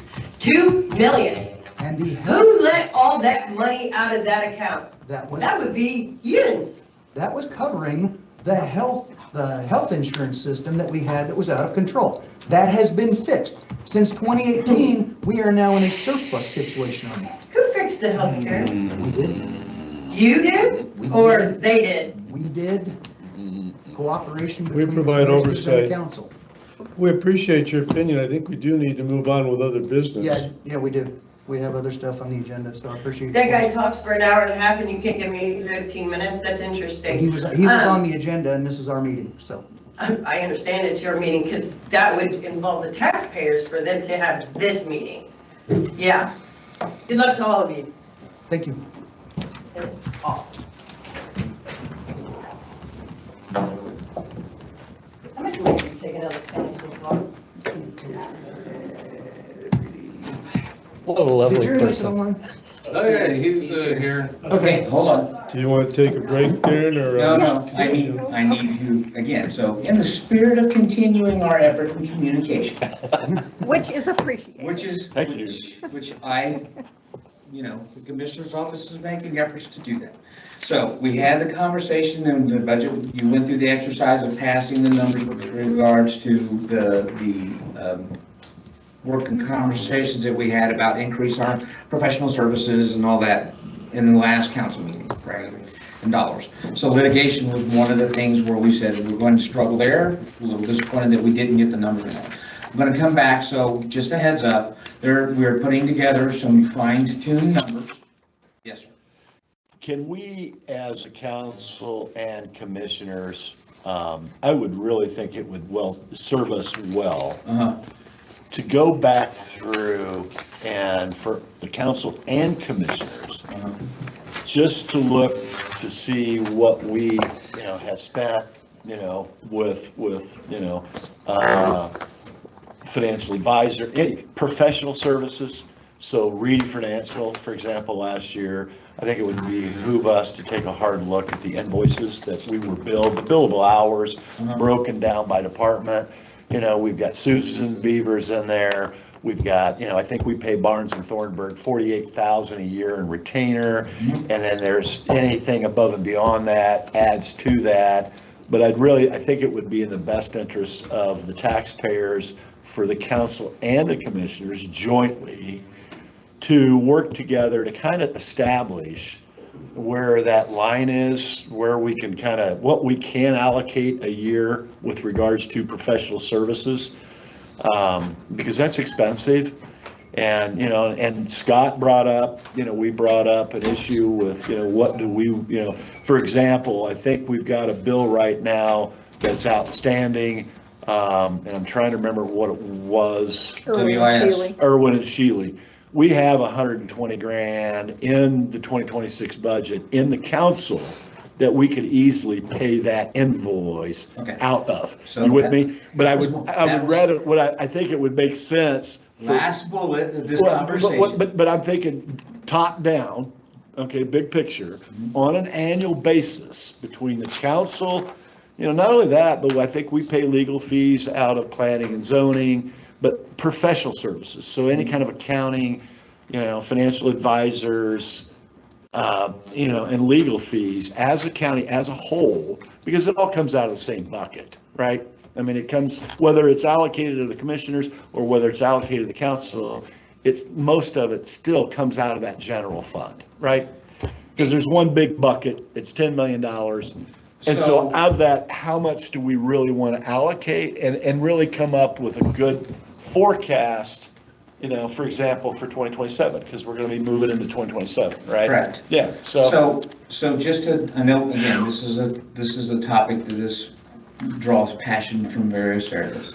Not intended to try and draw, is again, so we have and again, I can only say so much because the information that we're talking about, it's not litigation, but the dollars that are associated with Right. what we're running into Right. involves personnel. Right, that's, Okay. right, I So understand if that. you want to have an understanding of that, we can do that, if I'm not mistaken, if Susan's online, we can handle that under an executive Right, ordinance. session discussion, right? Right. The kind of that. So Right. some of that Right. information can't be shared here in public. No, I get that. All I'm referring to is legal services, financial advisors, that, are we gonna spend 300 grand a year, 250, 400,000 a year?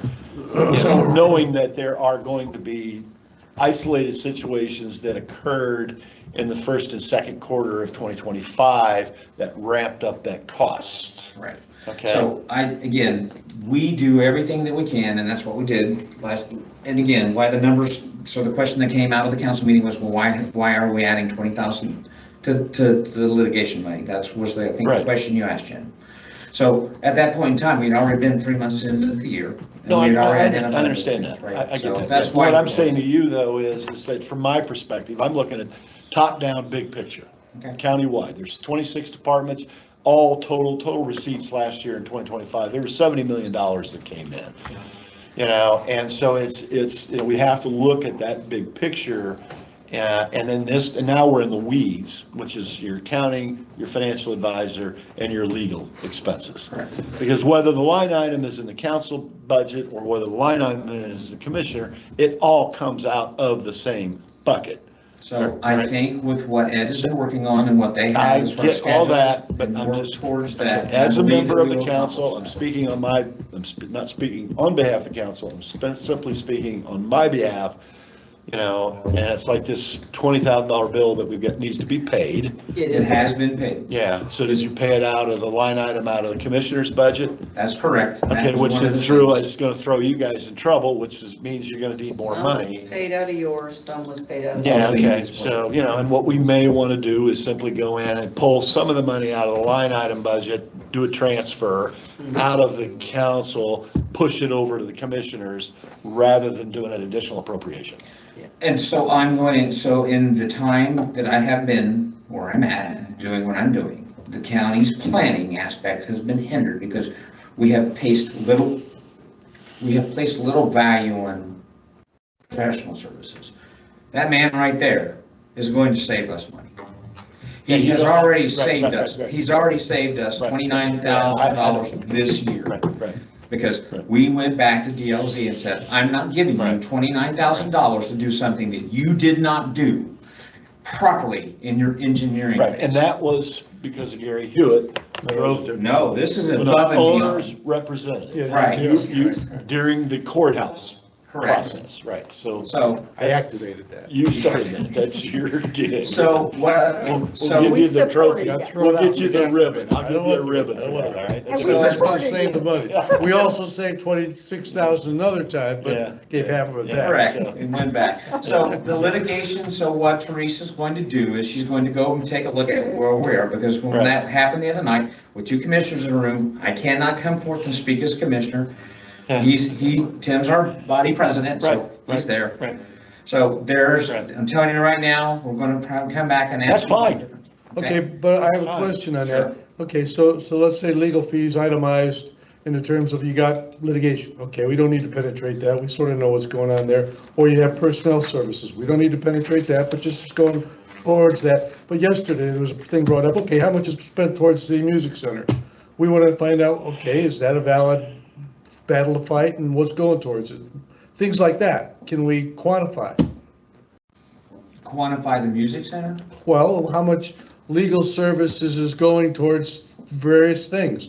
Litigation, personnel services, I don't know which point That of the legal falls- So center. that item. would fall under the professional service aspect. I know, but can it be itemized to say, okay, this is about the legal center, this is about something else, whatever? So I'm going to push back on that because again, that falls under the purview of the commissioner. We own the contract for the Marion County Music Center, right? The actual part of that, right? We Own what? the actual contract is set in place that defines some of the Yeah. operations of it.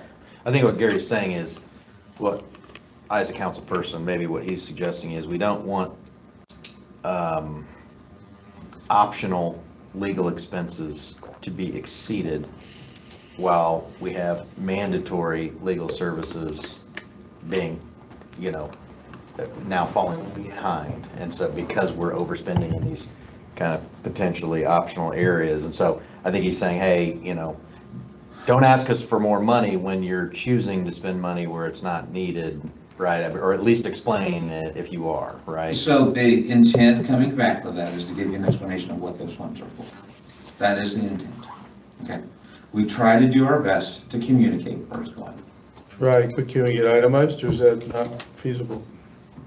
You want to see an itemized list, you can ask the auditor to go in and actually pull those claims. From Barnes and Thornburg? From Barnes and Thornburg, from Dave Schilling. I had somehow heard that maybe Barnes and Thornburg didn't give us itemized, or is that? Yes, true? absolutely. They do? Every claim that I approved has an itemized list of what those activities are. Okay, it's just a matter of utility money, or we throwing the money in, let Scott. Am I wrong? Throwing the money in the proper places, whatever, efficiency. They itemize. Is there any problem with that? Do you guys have a And problem I'm with gonna, us so looking I'm at gonna it? push back on you. Proper places. We, the commissioners, are asking for dollars to go through to operate and do certain things. So for example, I'm gonna throw the thing back saying personnel. We make a decision when they know that's an employee situation, and it is our evaluation that it is the best interest of the county to deal with this being thrown at us with regards to OSHA, with regards to EOC and those things, right? So all that stuff. So there's a perspective where I'm saying the discussion can happen, but again, at the end of the day, you have to allow the executive body to run the county. So the question is, do we give you carte blanche, or is there something in between? I'm not saying that we No, need no, that's carte what I'm saying. Let me say it. Do we give you carte blanche, or is there something in between where there's some degree of accountability that we can do our physical job? That's all. We're not trying to control it, we just want to understand it. Okay. And again, I'm willing to go through that discussion. Well, I Now- want more discussion, a little results. Hilarious. I want itemized I billing. can say the same thing from I this mean, time. in other words, Good, if you good, want more we money, need you're that. gonna have to kind of help us understand what's happening. And I don't have a problem doing that. Yeah. My goal, which I've heard here today, was to increase communication amongst the two offices. You have. And you have. You have in professional services, you have discretionary and non-discretionary billable hours. Right, so what I would call. Just let me finish, please. And for example, I've raised this with the council. Mhm. The only person, all right, on the council that should have the authority to contact Susan Beavers at $200 an hour is the president of the council, period. All right, now, the issue is whether or not the president of the council, rather than the president, I'm not picking on you, you just have the title, okay? It's title. You're It's talking the about. title, I'm talking about the title, the responsibility of that individual. Now, for that individual to go over here and could have read a document to try to comprehend the document, chooses not to read it because they're intellectually lazy. And so what do? They shove it over to the attorney and say, here, read the document and tell me what it says. And we end up getting the bill for $2,200. That I have a problem with. So, Legal services, accounting services, any services that they are billable hours, we need to be very guarded about those billable hours, all right? And we should be very cautious and we're not, what I take offense to as a taxpayer, it's not a 1-800 hotline. So I just pick up the phone anytime I want and just start rattling off, because my understanding of the legal profession, and I'm not picking on the legal because the accounting is the same thing. Professional services. Well, professional services, the minute I dial the phone, they're going to bill me for 15 minutes, whether I talk to them for 3 minutes. And what I object to, and see, and here's the catch-22, is that you all have the discretionary authority to pick up the phone and call Barnes and Thornburg anytime you want, all right? I have no idea what's going on with those conversations.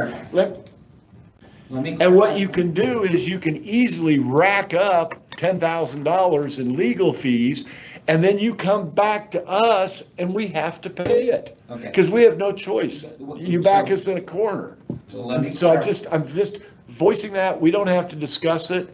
That's a concern. I know, but here, Okay. let me address that concern, because the way that we've instituted this in the Commissioner's office is our attorney, Barnes and Thornburg, comes back to us. If anything that we are having conversations with, Right. regards to that, does not confide or reside within the retainer.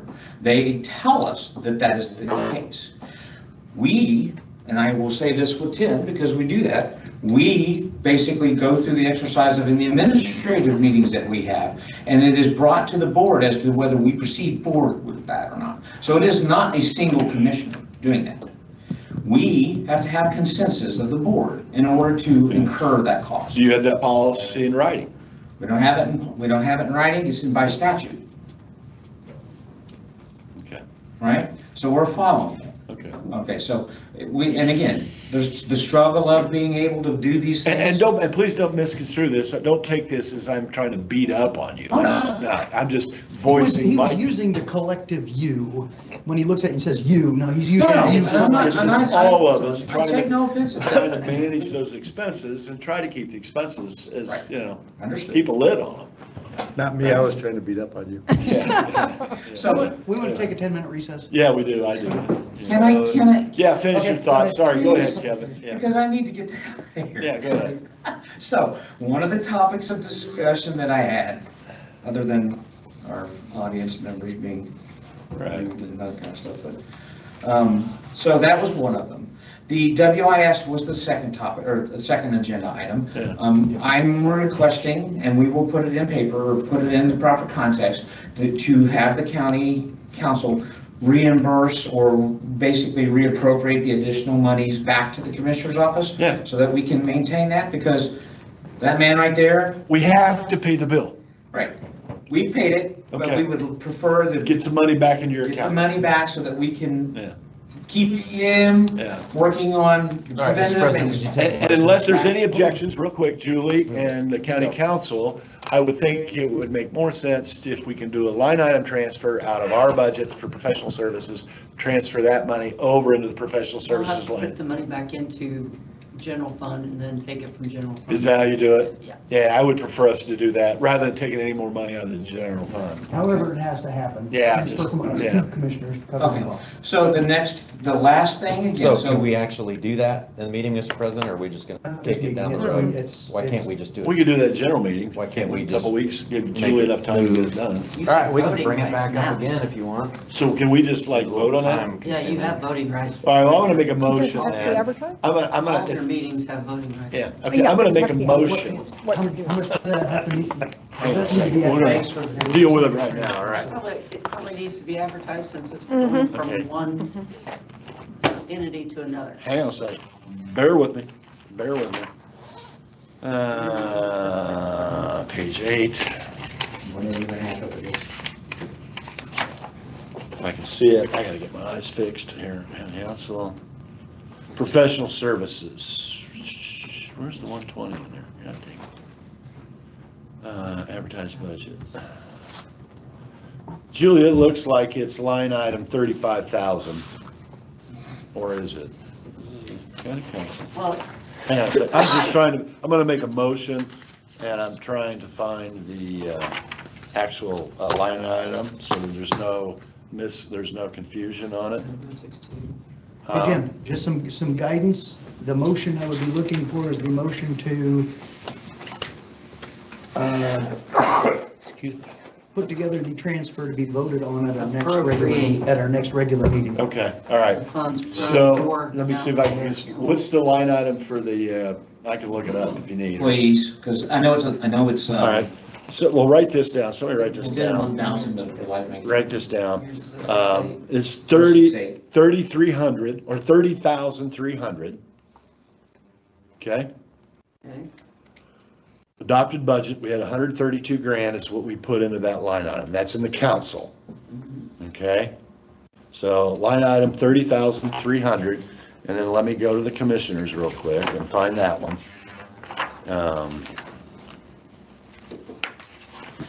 I've not become a fund expert. And here is the commissioners' professional services. Looks like there's two. There's the 67, yeah. So the commissioner's budget, it's the line item 35,000. Line item 35,000. Sounds right.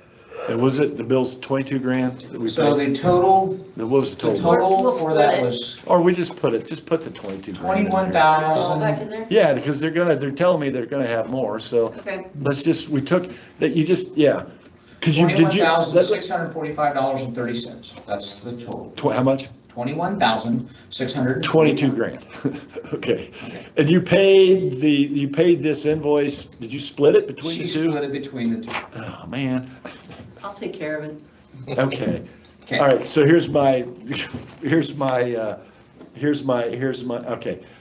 I'm gonna make a motion that at the regular meeting coming up, that we, line item transfer out of the county council, which is Department 61. We're gonna transfer, $22,000. That'll give you more money. All right, 22,000 out of line item 30,300 to the Department 68, which is the commissioners, into line item 35,000. All right, the 22 grand. So that actually would put you guys up about 10 grand. Thank you very much. Yeah, and that way, Our next concern. that way was- you don't have to come Our back. next concern was the 6 months, employee handbook in the job description. Got it. Second. Yeah, we need a second. Last thing, this is an FYI, okay? We just had our first discussions with IU Health with regards to the ambulance Kevin. contract. Let us get this done. Yeah. Yeah, we need to make a I'm just trying- motion. we need to We move need to make forward. a- All right. Oh, we got a Okay. motion, we have a motion and a Okay, I have a second. motion I'm and a trying to get second. something done here. I have a motion to Second. transfer from Department 61, line 30,300, $22,000 into Department 68, line 35,000 of the Commissioner's budget for their personal services. And we have a second. All in favor? Aye. All opposed? Okay, And that's to be finalized Regular legally meeting. for our. That means on the agenda. Has to be a quick vote. What's that, Susan? Is that Susan? I apologize, I didn't know I was on the speaker. You I'm sorry, I unmuted thought it was still yourself. muted. That's technically gonna be, and that's what I just texted to Jerry, that's technically gonna be a reduction of appropriation in the county council budget and an additional appropriation in the commissioner's budget. Okay. And are we good on our timeline to get that done? Reduction can happen here on your Monday meeting in a couple of weeks. The additional that has already gone to advertisement, and it has to be at the DLGF 14 days before your, sorry, where's that note on that? 14 days, at least 14 days prior to your public hearing. So I don't know, I'd have to ask Julie about her timeline there, like where are we? Yeah, we have two and a half weeks until our regular meeting. It goes in the DLGF today, Is it, it's 14 calendar days or 14? For the business DLGF, days? yes. 14 calendar days. 14 calendar Okay. days. Okay, so we're good on that for April 20th if we get that in very soon. Yep, if we get it in today. Yeah, today or tomorrow. Derek, while Susan's on the line, at the last special session meeting, I left, maybe I made a mistake, but Susan was gonna draft an ordinance, and we were gonna pass an ordinance to kill stipends, to terminate stipends in the county.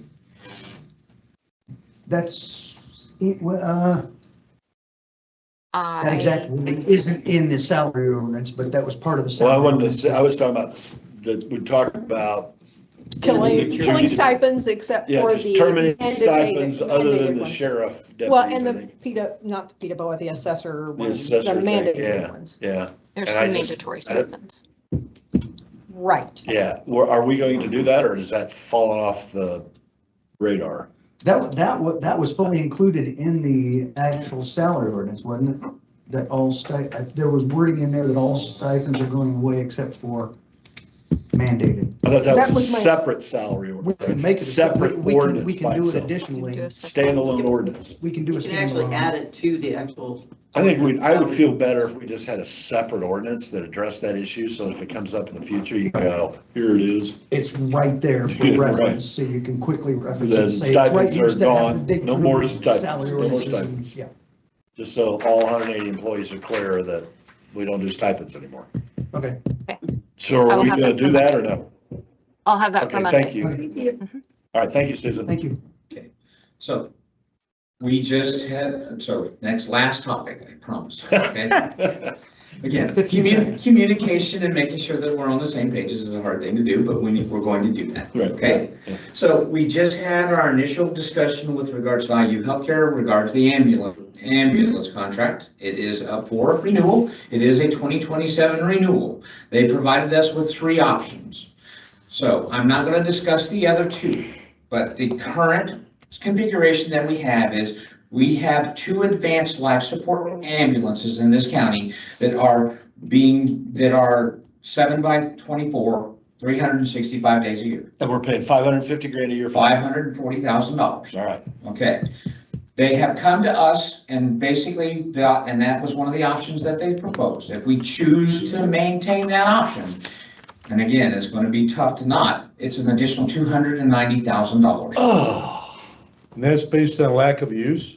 It is. oh. Okay, so what, do we have any statistics on previously? Did we go up, down? What are we doing? So what has done is they basically gave us the data on their run information that's provided to us. And one of the things that we actually asked them to do is go back and give us a heat chart so that we can actually see where that 1,045 calls or where those actual 1,045 transports. They actually did 1,045 transports last year. What did they expect, 5,000? What do you mean? You said it was like 11.9% or something? So their target utilization in order to break even is 50%. And we were doing what, 11? 11. So when they came in, did they get statistics to think they could service us for 50%? I don't know, I wasn't here. No, I'm just curious. Somebody may find those numbers somewhere to say, where did we lose this? Where did it go so out of whack? 11% is dramatic. So you're going from 540 to how much more? 830. $830,000 a year? That's 3. Kevin, did those transports, I mean, have you, So Columbus again, was cheaper than that. Maybe we should go back. No, it wasn't.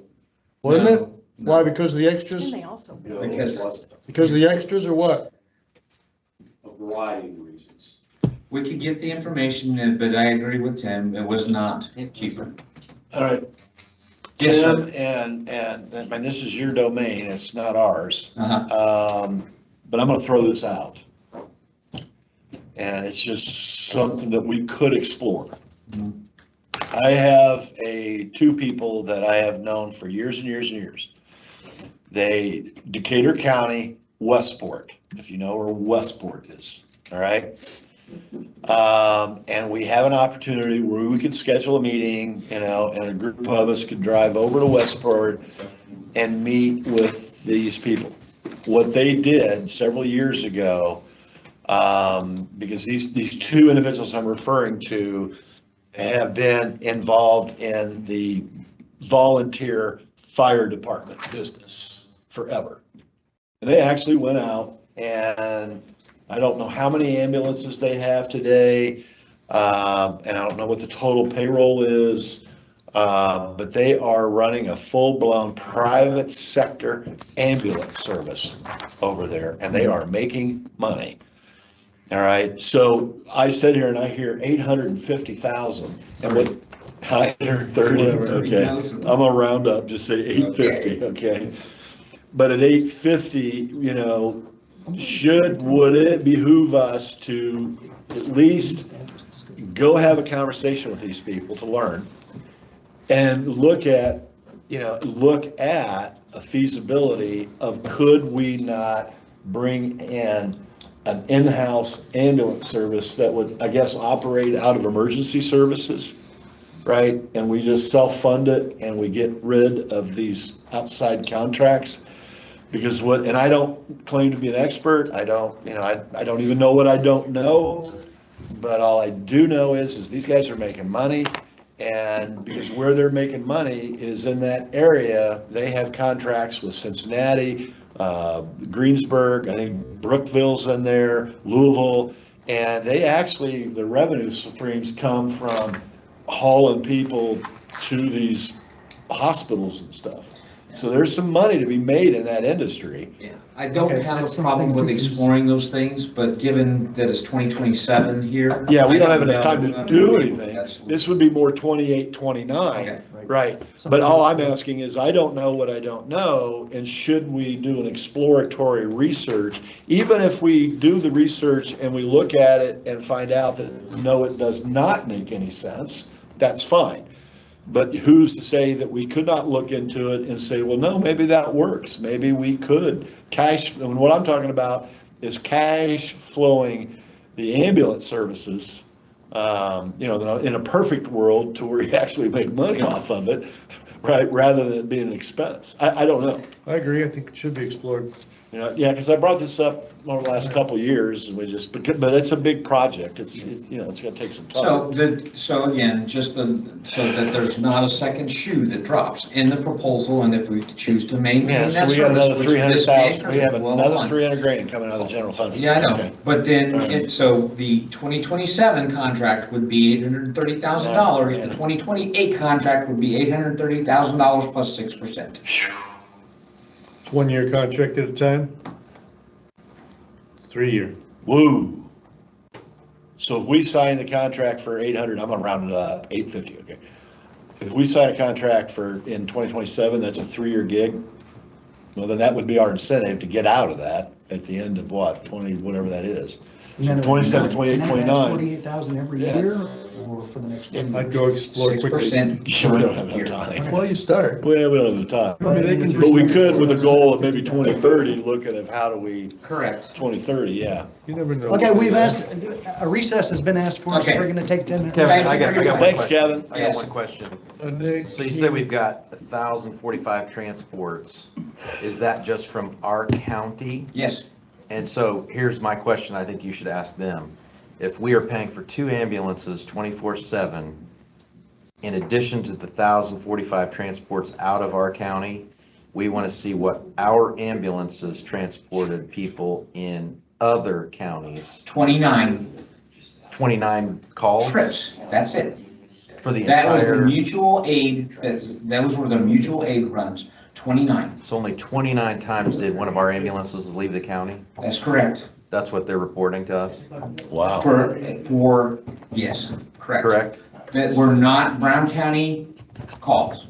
Yes. Interesting. So the other number that they shared with us, again, so that 1,045 is actual transports, meaning from call out to delivery to a institution, whether it be Bloomington, whether it be Columbus or whatever. There were 675 what I would call a call-off. In other words, they were called or dispatched from either return to go to the next location, and that did not turn into an actual transport to.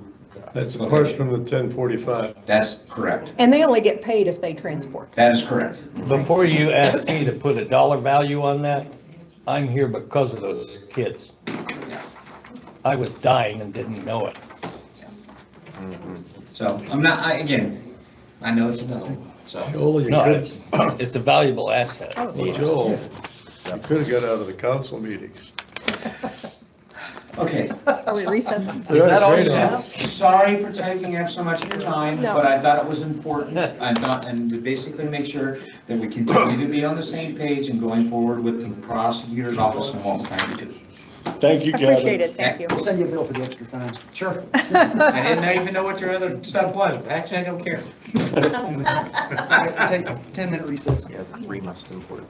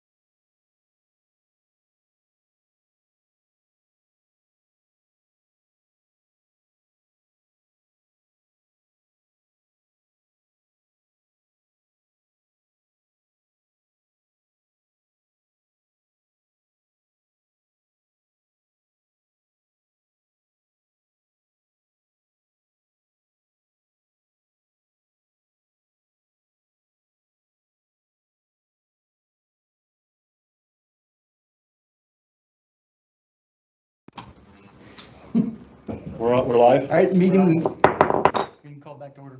Okay. We have now the financial discussion and the budget timeline. And I suppose that ties in with the dead horse of the salary ordinance. Any update on that? I have an update on that. The list of things that we changed in the salary ordinance has been given to Lori Wagner and Shealy. Okay. We've been on hold with everything until the invoices get paid. That has been a process of getting worked out, so. Okay, great. At the point where they get their payment, we will continue service with them, and then she'll review the changes that we made. Awesome, thank you. I appreciate that. And that's really all I have on the salary ordinance, unless anybody else has anything. Darren, the only thing that I object to, and again, I'm not trying to be difficult, so, and you can all go, We'll do that beforehand. yeah, because, oh, not again. Yeah, we got that horses. Oh, I wish, yeah, I would shut up. Is that we made changes, a select group of people got together, had a meeting, made a decision, right? And what I've yet to receive, the last special session meeting, there was a dollar amount of how you arrived. You said, okay, 3%, and then you went a little over that. I get that. But what I didn't get in writing was specific of how many employees with what department, here's 2025, here's what the increase was. And I never received a one-page report that shows, I don't even know how many employees we bumped. I don't know who they are, what departments they're with, and I don't understand the delta between 2025 and 2026, so that difference, in other words, to come up with that total 300. I have started on it, I just haven't. Yeah, that's, to me, because just FYI, keep in mind, I am big picture. So And that's the big picture of what you want to see. Yeah, that's the big, and once I've got that, then I can go, okay, I see what you did, makes sense. Now I can ethically vote to approve it. Okay. But if I don't see it, it's like on the ordinances, I feel from my own ethics, personal ethics, that how can I vote on something if I don't know what it exactly is that I'm voting on? Right. And it's kind of like, I just can't bring myself to do it. So it's my issue, and I'm just sharing it with you, and so there you go. And my frustration that bubbled up on that is I was under the assumption that we had that all worked out at the work session, so. Yeah, and I walked away from that first work session understanding kind of the big picture. Hey, what we did is we took 3% of the labor cost. We ended up going over a little bit, and then, so I was good with that mindset, right, that approach, because that's the approach, say, well, how much do we do? And so what you all decided was, well, we'll just do 3% of the overall labor cost, and then we'll go through and select specific positions, right, that we're going to bump up, because my concern just going forward for 2027 is, I think, if we're all thinking alike, that the goal with the FES is actually to get 100% of all the employees at the 50% external. If we can afford it. That's the issue. Well, That's the problem. I don't think we can afford the 50 cent. No. I don't think we can 50% either. external, but You're there's right. going to be some How do we percentage. do There's that? going to be some How do we percentage do of that that? we Yeah. Can I interject? Absolutely. Okay, Gary, A lot of time. myself, Julie, who am I missing, went with us that day to Reedy Financial? Patrick was there, wasn't he? Oh, Yes. Patrick Nylander. Patrick So was when we went down there, I was there for one. I don't know if it was that one. okay, we went down there because I was at the first one. No, I missed that one. Never mind. We Yeah. decided we would do approximately 1/3 of that 50%. Because Oh. we knew, Okay. Jim, that we could not Yeah, do the do the- right. 50% to the External. people who were on that low end. And we felt like that we needed to bring those people on the very low end of that 1/3, and the other people were not going to get Right. a raise Right. this time around. Right. We also, I thought, Susan kept track of that information, and I might be, and I don't mean to throw her under the bus, but I thought she was keeping track of that amount, and that may be my misunderstanding of how much that was. So maybe she has that, and we just haven't gotten it from her, or maybe she didn't keep that. So what you all met about, I don't know, but sounds like the similar thing. Our thing too, which Darren and Julie and I discussed here the other day, was,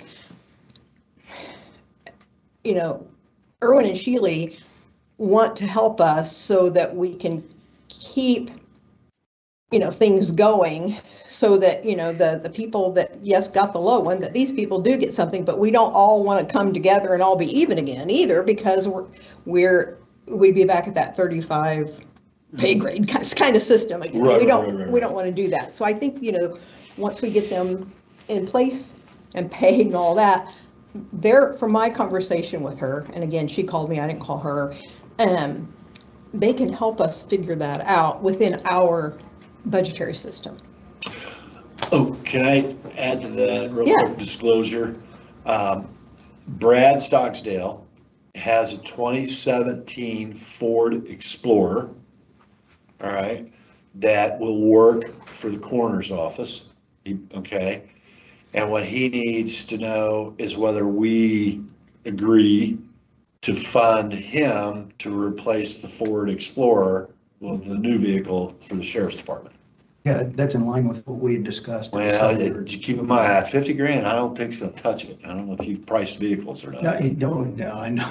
Yeah. Well, yeah, to give you an idea, just. But part of But the, he's got a Ford Explorer, it's got the radio, they can just give that, and then the process going forward is just look to the sheriff's department, and then, every time they got one vehicle, they can roll it out over to the coroner, wholesale the coroner vehicle. Pull the and then- equipment out, put it Yeah, in and a new then one. buy another one new one for there, yeah, as, because, as part of their planned rotation of vehicles. Yeah. Because they've got that with the commissioner's office. yeah. That yeah, they've got yeah, a schedule rotation. But it may, that vehicle, I don't know what he's gonna buy, and we can talk to him about it, and, because then we'll have to do an additional appropriation. So we're not currently budgeted for a vehicle? No, not for this.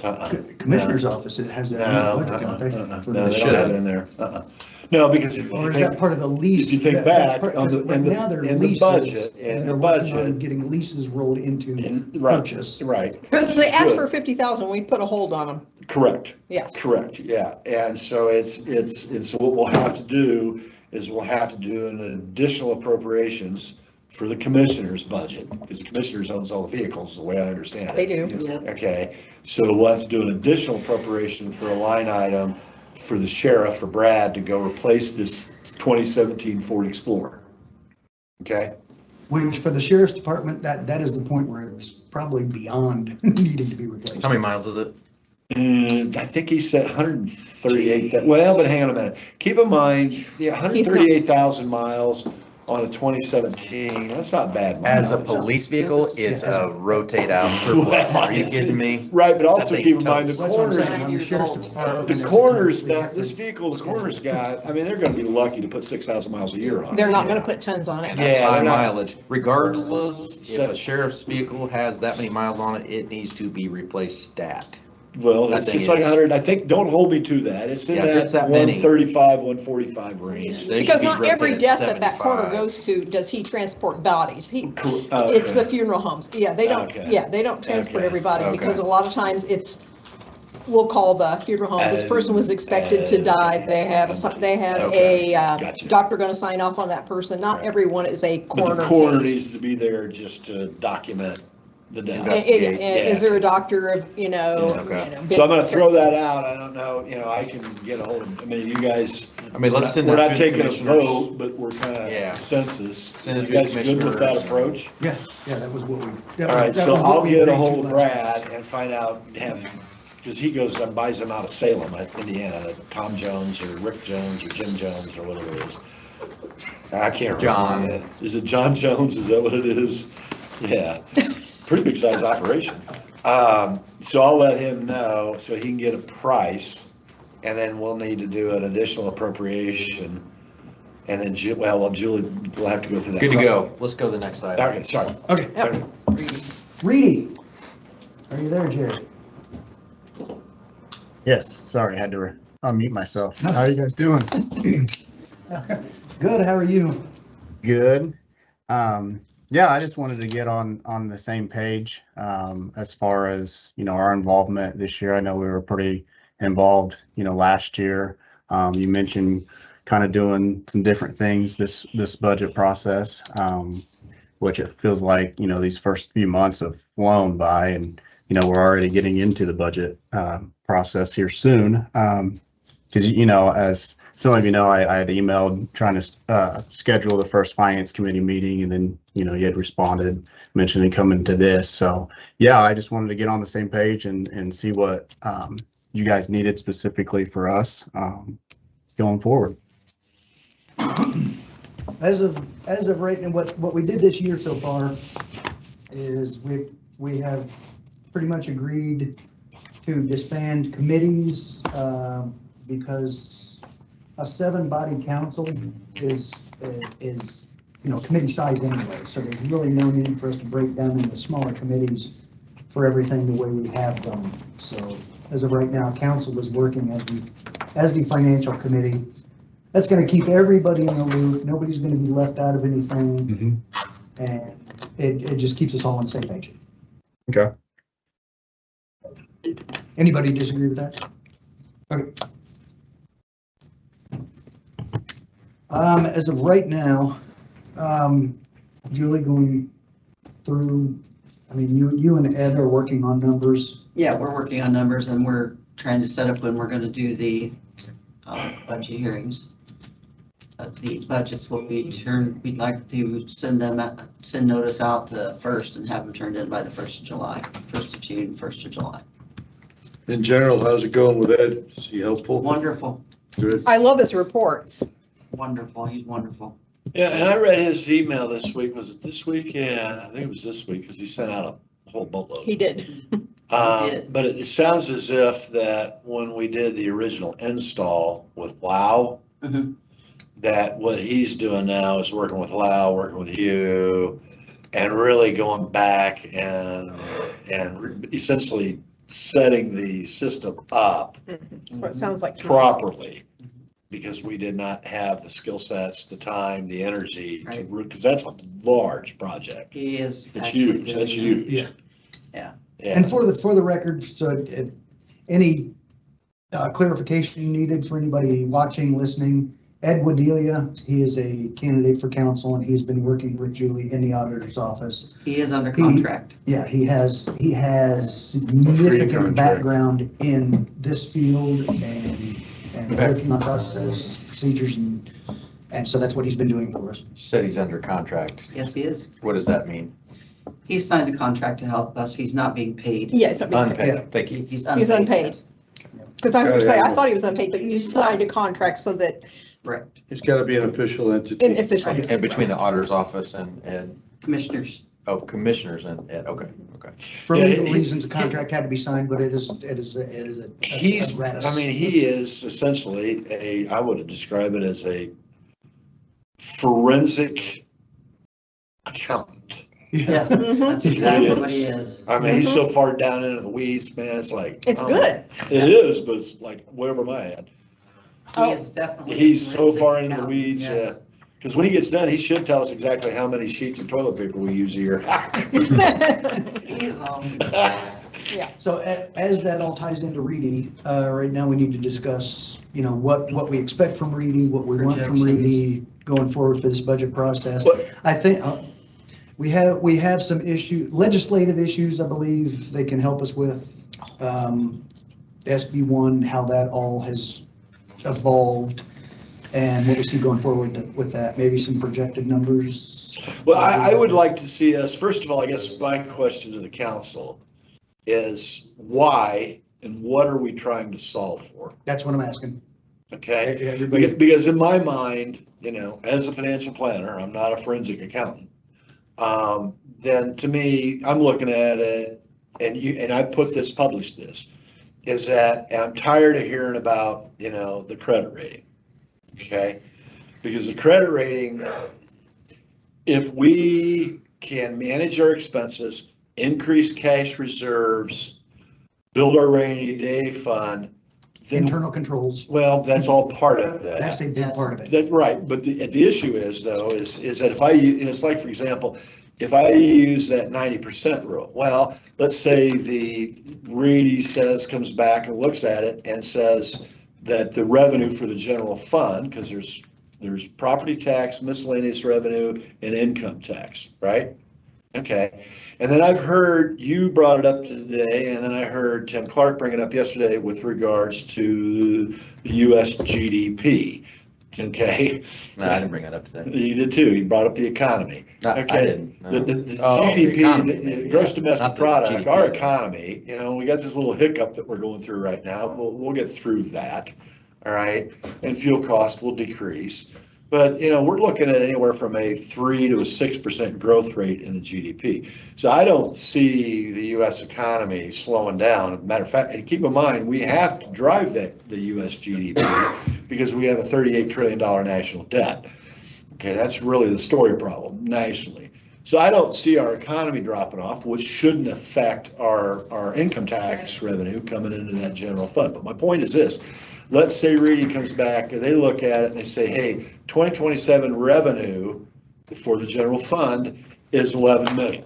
So let's say it goes up from 10 million, because that's what they project for 26, to 11 million. Well, if I go in and take 90% of 11 million, right, that'd be $1.1 million, right? 10% of 11 would be $1.1 million. Then that means that our budget really needs to be at what? 9 million, or right at 10 million, 9.8 million is what the actual budget coming out of the general fund is going to be. Because unless we focus on that to try to increase, to build our reserves to 50%, because we really can't and it's like right now, you guys, I bet you, if I sat here and wanted to make a motion, that I'm going to motion that we do an additional appropriation. And right now, in 2026, I'm going to take $1.5 million out of the general fund and put it in the rainy day. What would all you guys go? What would you say? No, Why? because it could just be sitting in there and then arbitrarily used. Okay, because what it does is we finished 2025 off with what, 4.3. Yeah. 4.3. Okay, so that's good. That's a positive, right? Well, that 4.3 gives us it gives me anyway, a false sense of security. Okay, we got 4.3 over there. We're okay. We can do these additional appropriations, right? But if we were to go in and take $1.5 million out of that, slap it over into the rainy day fund, then it cuts us a little short. The other issue with budgets and line items, okay? If you all give me $100,000 in a line item for my department. Denied. Oh, go ahead. Yeah. Well, here, the council today, we had $130,000 in a line item for professional services. Correct. Well, Gary, we should spend more money. Let's just go ahead and call, because we got $130,000. But it's, you either use it or you lose it. It goes back into the general fund. Right. So I've got $130,000 in the budget, by gosh, let's spend it. I never worked my budget that way. I'm not saying that people don't, but I just didn't. Well, hang on a minute, I'm not picking on anybody, I'm just saying in general. You give, and I talked to Cheryl about that. She was, she was in, anyway, she's been in corporate world before she and I started working together. And when they got their budgets, at the corporate, private sector works the same way. Every department's going to get their money. And if we allocate money into a line item, to a budget, right, then by God, we got that and we're going to spend it. Because the other thing of it is subconsciously, especially with the commissioners, and I'm not pointing fingers, but if they've got $100,000 in there for professional services, they also know that if they run over that we as a council don't have any choice. We have to pay Barnes and Thornburg. We have to pay WIS. We don't have any choice. We had to pay the IT bill for another $11,000. We don't have any choice. No, you don't. Okay? So an issue is that I would love to see us, if what we're gonna do is we look at 2027, knowing that we're not gonna get there, and 28 is gonna be hard, 29 is gonna be hard, right? But at least if we're looking to say, how do we keep a lid on the expenses so that everybody within the county is aware of it, increase our cash reserves, try to place ourselves in a position where we could grow the rainy day, make sure group medical doesn't get out of hand. We got real lucky last year, Very lucky. very lucky, okay? Now, that may not, hopefully it holds true for 26, I don't know. It only takes 3 or 4 employees, and guess what? I know what it takes. I know you do. So my moral of the story is that this budget process, as long as what we're trying to do is collectively work together and just simply think of it, it's like with me, I had to write that check for that freaking gold wing. Oh. Okay, and that was not, I hated to write that check. I wrote the check, okay? And you know how part of the way I justified it in my head? I paid $21,340 for that stupid VW. I paid 27 grand for the gold wing. That's 48,000. I couldn't have bought a Mazda CX-50. Was going to cost me more than that. So I looked at it, well, wait a minute, I got 2 for 1. And I'll get rid of the Harley, get rid of the BMW, and that puts some money back, and it didn't cost me as much. So I would challenge all of us to be thinking of it in terms of it's taxpayer dollars. Let's manage it like we were managing our own personal finances. And if we can manage our expenses, and hopefully the revenues will continue to increase, try to keep a lid on those expenses, increase our cash reserves, get those to 50% on those 4 primary property tax funds, which I don't have that memorized. And the one thing I would like to learn from Reedy, because I don't understand this, if the health department is paid out of 1159, which is funded with property tax. And not just property, several things. Well, but if there's 4 funds that there's 4 entities, I'd have to pull the email that Susan Beavers gave us. Yeah. Okay. Is that if one department, if I'm just going to pick on the health department for a second, if their budget just gets totally out of hand, then does that pull money, property tax revenue out of the general fund because the health department's taking more of it? Their tax levy is set. They have a separate tax Right, levy. but what we're messing with, what I do not understand, because I've never taken the time to drill down and do the work that's required for me to internalize it. But that you take those 4 funds, there's property tax levies for those 4 different entities, and then you bundle those together, and that's the overall, because the school corporation is taking 60% of the property tax, right? Yeah. Okay, and what I don't know is that if this one goes higher here, does that pull out of this? Is it all tethered together? If you spend one, it lowers the other bucket, blah, blah, blah. Yeah, if I Okay, can. well, I would, so what I would like to see from Reedy, Jerry, because I'm assuming this is Jerry, not Ray. It is Jerry. Okay, Jerry, is I would love to see us, because we could take a whole 3-hour period just talking about legislation that's coming up and what our revenue forecasts are on some of these primary funds. Well, and speaking of legislation, Jerry and Scott, I've been getting all these, as I think you guys have, meetings and questions on from Association of Indiana Counties on this town and county councils must committee, yes, Okay, the I can lit and all answer that. that, So somebody yeah. needs to answer that. And do we need to be going to these meetings to learn? Does it affect us, I So guess? Before we jump to And that. I don't even know what you're talking about. I can sum Hold on. up, I can sum up what he's saying and what she's saying, and I want to get back to Jerry. Well, that's what I'm saying. So hold that. What Jerry had, there's a question from Jim Explain, for Jerry. Jerry right now. As So- as far as the max levy funds, yes. I mean, we always think of it as a pie of money. So if, health fund, for example, needed more property taxes, then yes, that would be, otherwise less that would go to the other funds. But yeah, it's that fund, health fund, general fund. Let me see here, reassessment, and then Cume Bridge falls under there also. So yeah, I mean, if health, which I know that cash is coming down a little bit this year. And we already have in the plan to allocate a little bit more property taxes there. But yes, I mean, in any of these funds that fall under the maximum levy, I mean, if you allocate more to them, it's going to be less of the pie that goes to the other funds. Right, and Jerry, and just council, in my mind, is that if we've got 27, 28, 29, and then 2030. And January the 1st of 2030, Brown County government will not have any debt. Period. School corporation will, but Brown County government won't.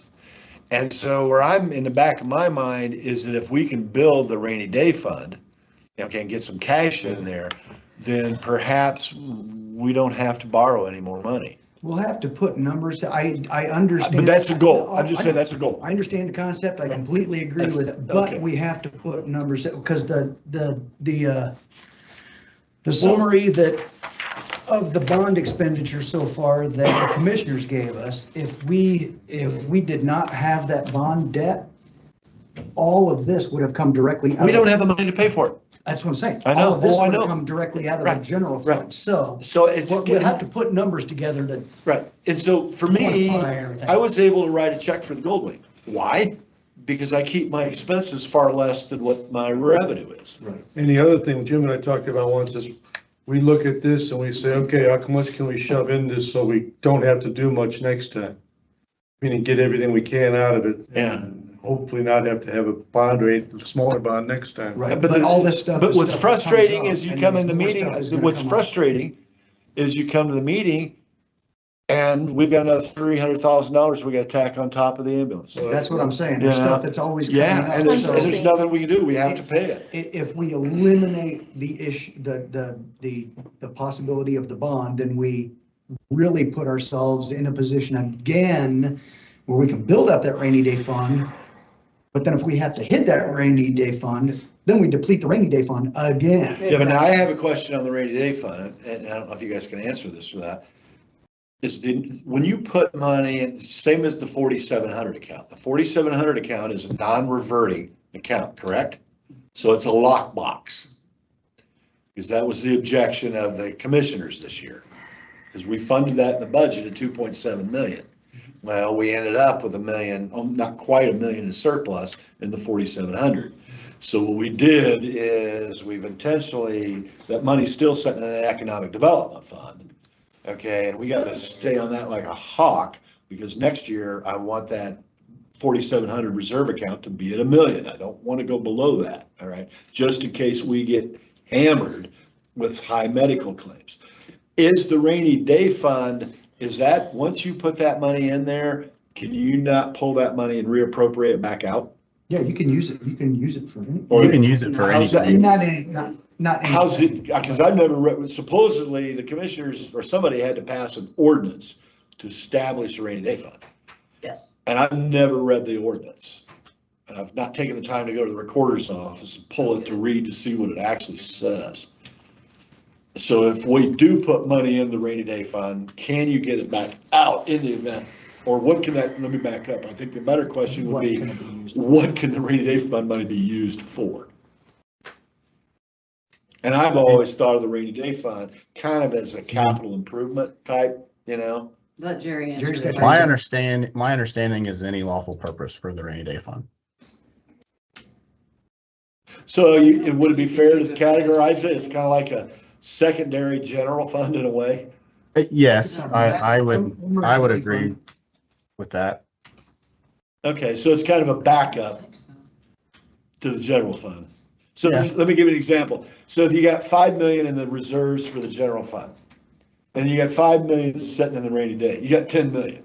And then over some unknown reason, some catastrophic expense shows up, 3 million above and beyond normal operating expenses.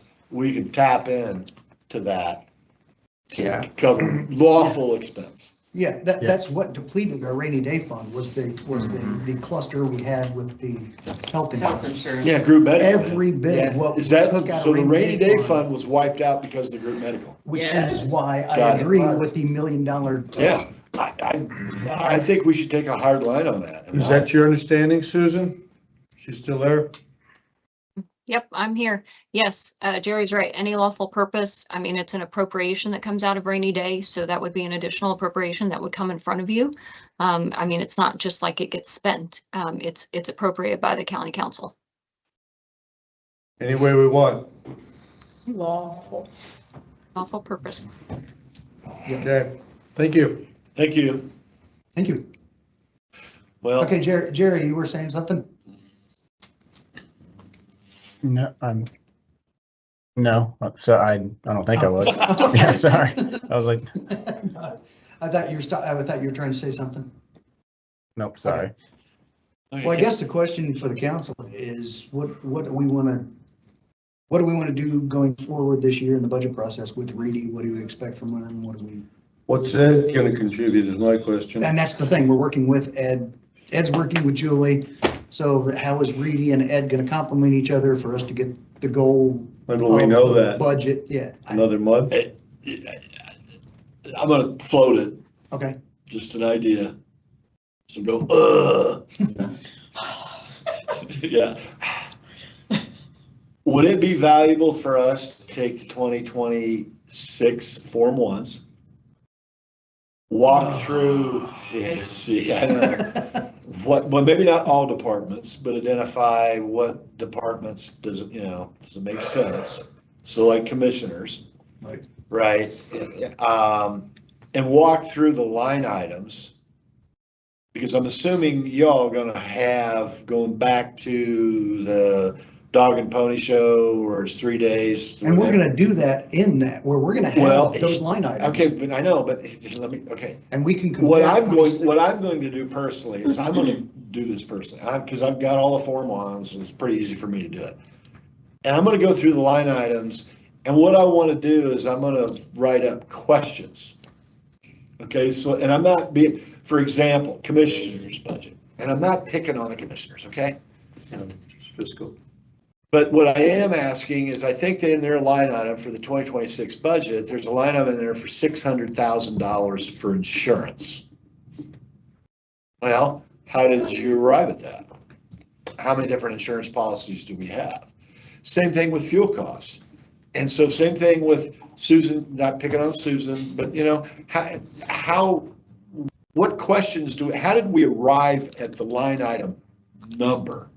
This is a good point, because Kevin and I have been talking, and he's questioning some contracts for like $15,000 or things they've been given every year, and he says, why? Yeah. We talked about, what if we went down to a ground zero approach? Right. Ask all those questions, no assumption that the moment that it carries forward, but why? Right. Go to that and say, Right. We're putting policies and procedures in place, build it on that to say, why should it go forward? Right, and then see, because one of the issues I have, it's not, I absolutely categorically dislike the word budget. I just despise that term. Right, you've made, yeah. I just, I made made that. that, okay. Because I do cash flow forecasting with our clients. And so, and notice I said cash flow forecasting. Because the challenge with the documents that we get from the financial advisors, those are forecasts. We say, well, it's a budget. No, that's a forecast. And so if you get the 10 million forecast on the revenue in the general fund, if that number is wrong, why was it, if we forecast 10 million and the next thing, let me give you an example. When I look at the gateway and I look at the general fund and I look how much money's been receipted in over the last 3 years, and then I go back 4 years, there's a huge jump. Whoa. How did revenue just take this huge jump? Right? So if you get the forecast wrong on the revenue, and then we don't do our due diligence on the line items, because I want to know, how much, what have we, like, for example, fuel. We buy all our fuel supposedly off of Premier Ag down in Cortland, Indiana. So the easy one on that is saying how many thousands of gallons of diesel and how many thousand gallons of gas. And so then what we got to do is forecast what the price per diesel fuel is going to be, price per gas, and we can calculate that out. And we should be able to be pretty close, right? But to me, if and I've not done this, but I will say, if I was a department head, okay, and every year I got to do this stupid budget, right? Then what am I going to do? I'm going to pull last year's Form 1 and I'm going to do a copy paste. And I may go through and make a few changes, right? But how much time and energy am I really going to put in there to really quantify and make sure those line item numbers are accurate? Mm-hmm. You with me? Yeah. Because human nature is, I don't want to do it. If last year's budget worked, then we'll just copy paste do it again for this year. Right. Yeah. Right. And so, and it's not that I'm not trying to be difficult. I'm not trying to beat up the departments there, because I would do, I told Brad, if I was the sheriff, I'd be in here working you guys left and right because I'd want 150 grand because I'd want an M-Class Mercedes for my daily driver. Don't give him any ideas. Well, I'd be in here every meeting going, I need an M-Class, okay, that lasts longer, and I'd give you a bunch of stuff that, you'd eventually wear you out, and you go, God, give the guy money, let him shut up and go away. So I would like to see us, as we go through this process, and yeah, we got to do 27, but don't forget, depending on the outcome of November, we got to do 27, 28, 29, 30. And to me is where are we going to be January 1, 2030? What's the 2030 budget looks like? What's our cash reserves going to be? Can we place the county in a position to where we don't have to borrow any money? Because my fear, the law enforcement centers, that bond's paid off. It's gone. Well, my fear is somebody rolls in here and goes, we want to build a brand new highway department and it's only $10 million. Only. Only on sale today. And here's where we want to put it. Okay? And then guess what? And then in 2029, because what are they going to do? Reedy's going to be in here going, you want to do levy stabilization? Because remember, levy stabilization is I almost got my car paid off and my payment's only $500 a month. So I'm going to go ahead and trade it in and get a new car and try to keep my payment at $500 a month. He was using Reedy synonymously with the collective you. Yeah. So, well, I mean, face it. Fund IC code, funds can be used to cover operational expenses or emergencies requiring the same appropriation processes as other public funds. Yeah, so the rainy day. Yeah. So we could think of the rainy day kind of like, you got the general fund cash reserves, but then we got this little savings account that we tuck away money in, and we know that if this gets too low, we could access that, right? Right. Yeah. But every time we access that, we deplete that. I know. But until we get our receipts, okay, our receipts exceed our disbursements, right, which is the first challenge.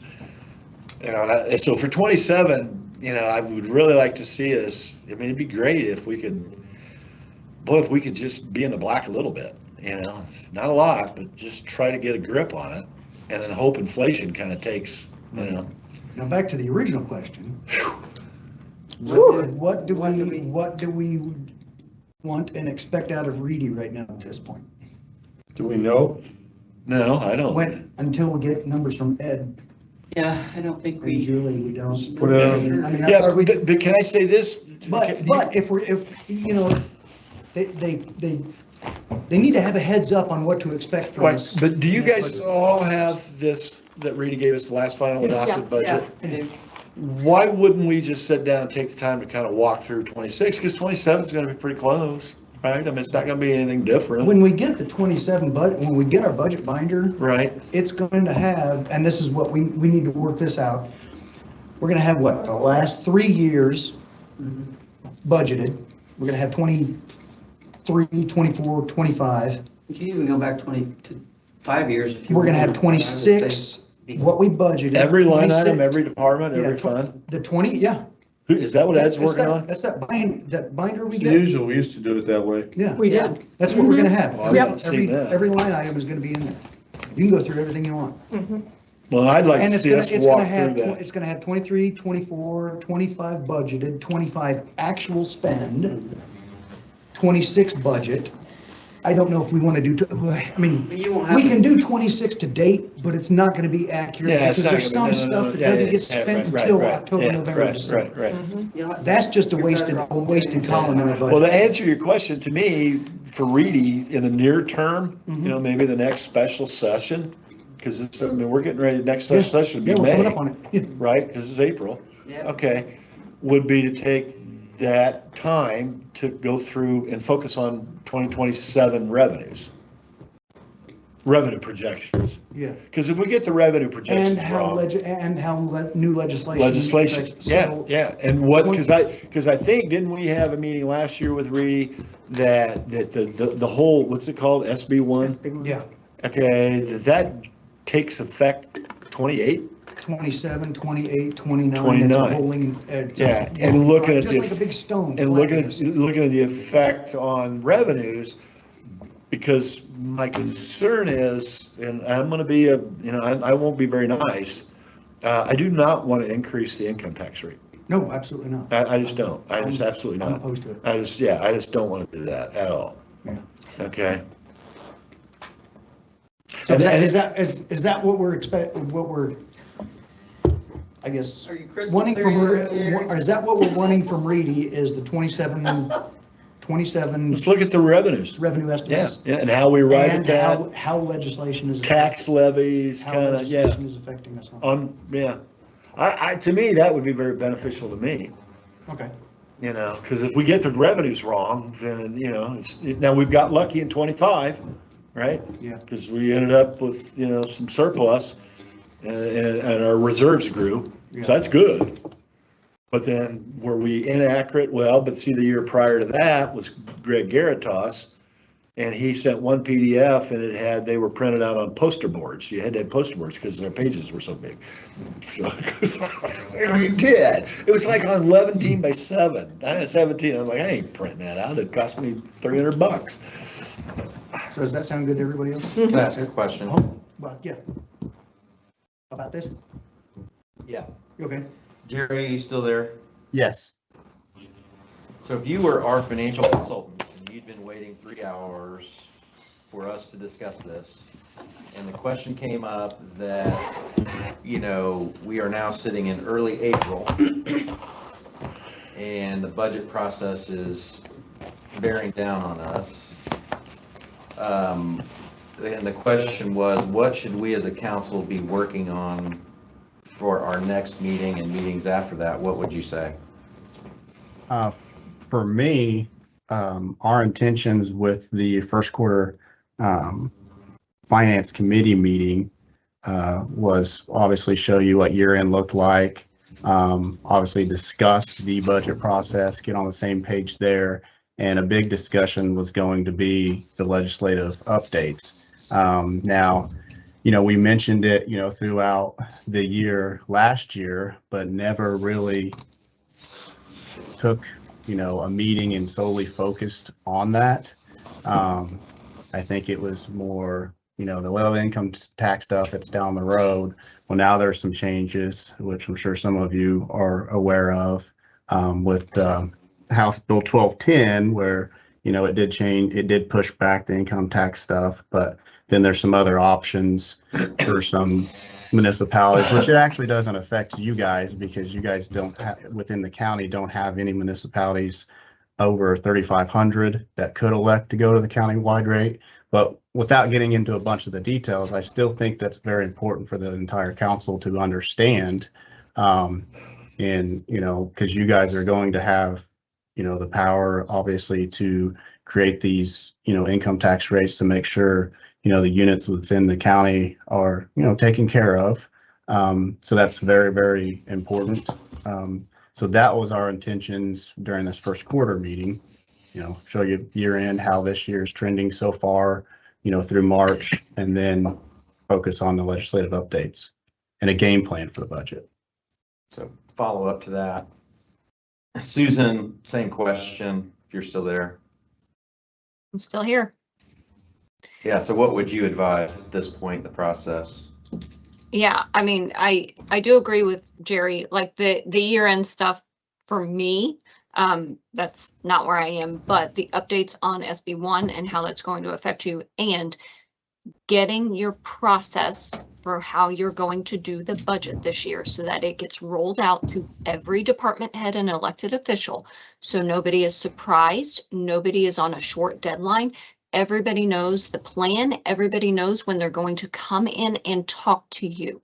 If you didn't learn anything from the past couple of years, they want to come in and talk to you. Mm-hmm. Yes. All right, I think that's exactly what we should do. Just my thought. I agree. Yep. Would you take a motion to adjourn? No. We're 15 minutes past. What I next? we're here to, I have said from the beginning, I don't care if it takes 6, 7 hours for us to do what needs to be done in these meetings. Purpose of these meetings is to get stuff done, not kick it off. You're worried about the timeline and getting stuff Yeah. done, but you want to adjourn the meeting so we can pick it up at the next meeting in May? No, Are I we just gonna- how about we don't work take this through the it? wrong way, but that's really poor meeting management. Well, if there's stuff that needs to be discussed, there's stuff that needs to be Straight up discussed. between poor and realistic. Yeah. So, Yeah, Okay. yeah.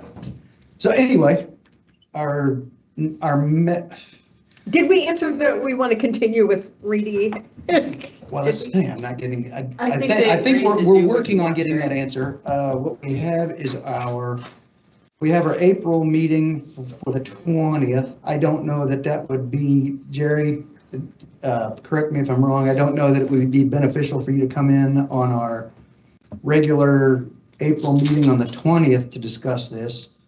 Our May work session meeting is May 7th. If everybody agrees, we could devote that entire work session, even if it goes to 4 or 5 hours, to Jerry? discussion of everything that we need to discuss with Jerry about legislation and the budget process moving forward.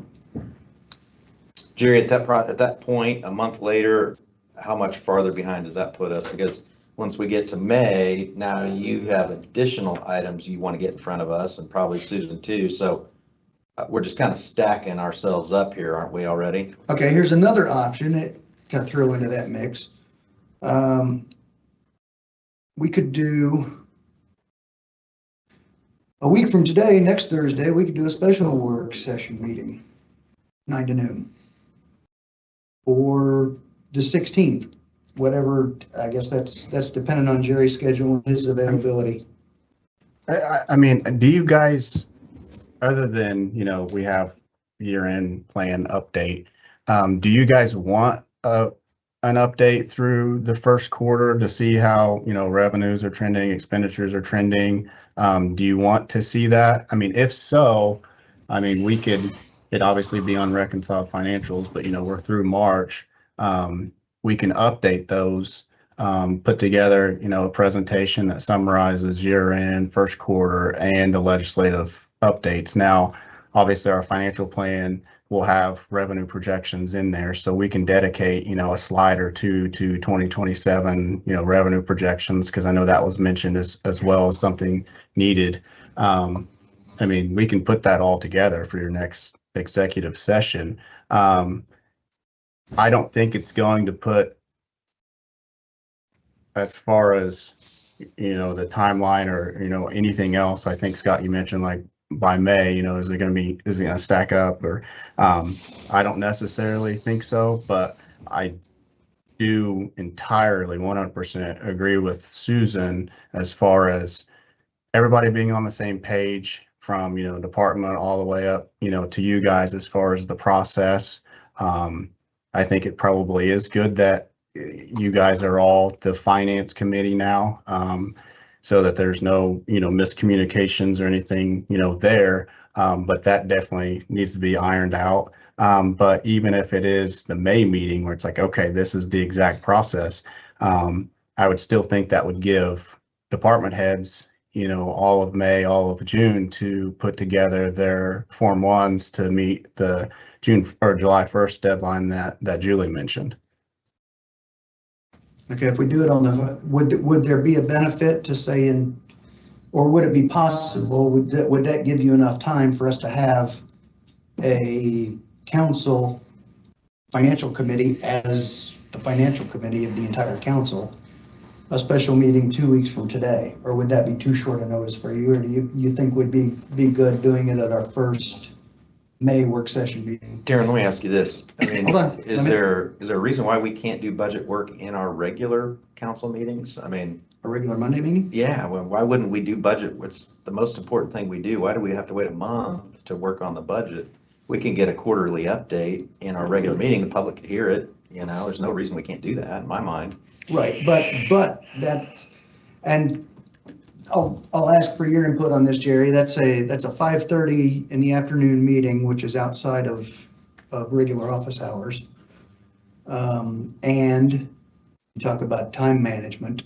Those are regular session meetings where time and order are a little more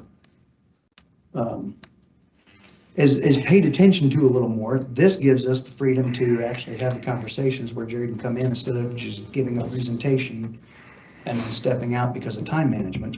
Well, my problem with that is we've paid our consultants 3 hours to be here and they didn't speak until 11:55.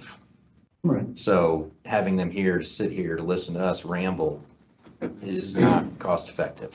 So maybe it makes sense to have them at our regular session meeting where we can have them for 20 minutes.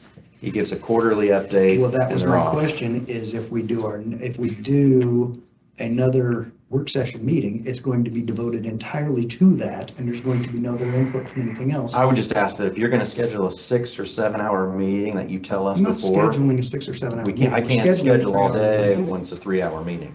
So just be respectful of everyone's time. Everybody's got stuff going on. If it's a 3 hour meeting, it's a 3 hour meeting. If it's 6 hour, just tell people and then let's try to stick to it. I mean, I don't think that's I've unreasonable. said it from the start, when we came up with these meetings, that they're not strict 3 hour meetings. If they run over, they run over because we have stuff, or we'll do another meeting next week and then we'll have to bring in consultants again for another time. That's my concern. And Darren, the only thing I'm gonna add is, I have a lot more energy coming in here at 9 AM to noon than I do coming in at 5:30 at the end of the day and staying until late, because I run out of energy, run out of patience. I recognize that, I understand that.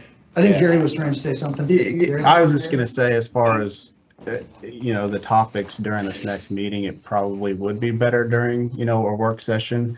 I can, I don't disagree, Scott. I mean, if you guys want to put, us first on the agenda, to, get through, to, save some of, our time, in billing, I'm fine with that. But I mean, if you guys want the first quarter information and the legislative information, still year end also in revenue projections, I mean, it's quite a bit. It'd probably be better during the work session. I'm not opposed to in the future if it is just simply a 20-minute quarterly update, if that's what you want during a public meeting. But probably the magnitude of these topics and the questions that you guys will probably have, it's probably best during the work session. And I would be fine coming to the May one. That'd give us time to get the financials from Julie's office and update that and put together the presentation, which we can focus on, because obviously it'll be a lot of information. But I'm all for that if you guys are. Yeah, and I want to add this one last statement. I think it would be, highly best practice to review, especially on a quarterly basis, maybe not monthly, but quarterly, to see where we are with funds and line item balances. That's what Ed and Julie have been working on. So where we. Okay, can I finish no, I started this. Let me finish my statement, please, and then you can speak. I'll still give you the same answer. Go ahead. Because what we're solving for is come 12/31 of 2026, we don't have any red ink. That's what we're solving for. Okay, you want to talk about the credit rating? Well, if you want to create up the credit rating, you better make sure you don't have any red ink. No. The only thing you may have red ink in, or we're hoping, is the reimbursement grants. Fine. That would be it. But that's where the red ink. But so what we have to monitor, again, if we're going to look at reporting, what are we trying to solve for? Doesn't do me any good to look at a freaking report and I'm okay, that looks good, then you just go on and forget it. So, because what we got to do is say, identify where are we starting to get in trouble? What's it going to cost? Because we'll have to do an additional appropriation, correct? Right. To be able to make sure we have no red ink anywhere. Well, I would say every quarter, but November would be an additional one. Right. But I'm so hoping that we know where those departments' funds are getting low. And I guess the question is when does the check engine light come on? I would say the check engine light comes on in November. Now the answer that I was going to give, and I'm still going to give, we have the ability to do every bit of that in-house with Lau. Eric is working on setting up 2 computers for us over here in this. Hold on. Now, I let you finish. Eric is working on setting up 2 computers over here in this corner office for us We can go in there any day we want, pull up Lao and run any report we want and Right. get those exact answers. But if we as a group don't keep it front of mind, and we as a group aren't all on the same page, knowing that no red ink, right? You can go in there until you're blue in the face and nothing will ever happen. So it's because that, it's, again, I'm not saying this to be critical. What I am saying though is just simply, how can we improve? How can we improve? Right. Continuous improvement. Continuous Okay. improvement. And we've got, I think there's room for improvement to where we don't let things fall through the cracks. Let me pause you on that. And I don't know how we track it and keep ourselves on track that we don't let stuff fall through the cracks, right? We need to get back to Reedy because we're paying. Right, and I need to go to Bedford. I really want to get out there and go. Okay. to Oh, Bedford. hey, So we're here till Jerry- 6, bud. What are you talking about? No, that's a 7-hour meeting. I'm going to Bedford, Put dude. him on the May meeting and let's go on. Okay. Jerry, does that give you enough time to do everything you need to do? And is that good enough time for planning? Yeah, that works. Yeah, definitely on our end, for sure. Okay. And Jerry? is council in agreement that that will be the entire focus of our May work session meeting? Yeah. Okay. No. All right. Anything else, Jerry? No, we're good on our end. Okay. Scott? Oh, this is your. All right. Well, thank you very much. Thank you very much. Yep, thank you guys, and I'll see you in May. All All right. See you, Jerry. Have a good day. Yeah. All right, we got a motion to adjourn in a second. Did we have anything else that anybody wanted to discuss? We good? Julie? Gary, you got anything you want to tell us about? Nothing. Okay. Now I take a like you look. guys. You saved off your facial hair. Did, didn't we? Yeah, Now I will take. the I did. Scott second. Or you can make Scott first, me Motion made, second. I don't second, care. good, it don't matter. It's. Here we I go. got a All in favor, second. aye. Yeah, we're out of here. All right. Going to Bedford. What are you guys in Bedford for? Is adjourned.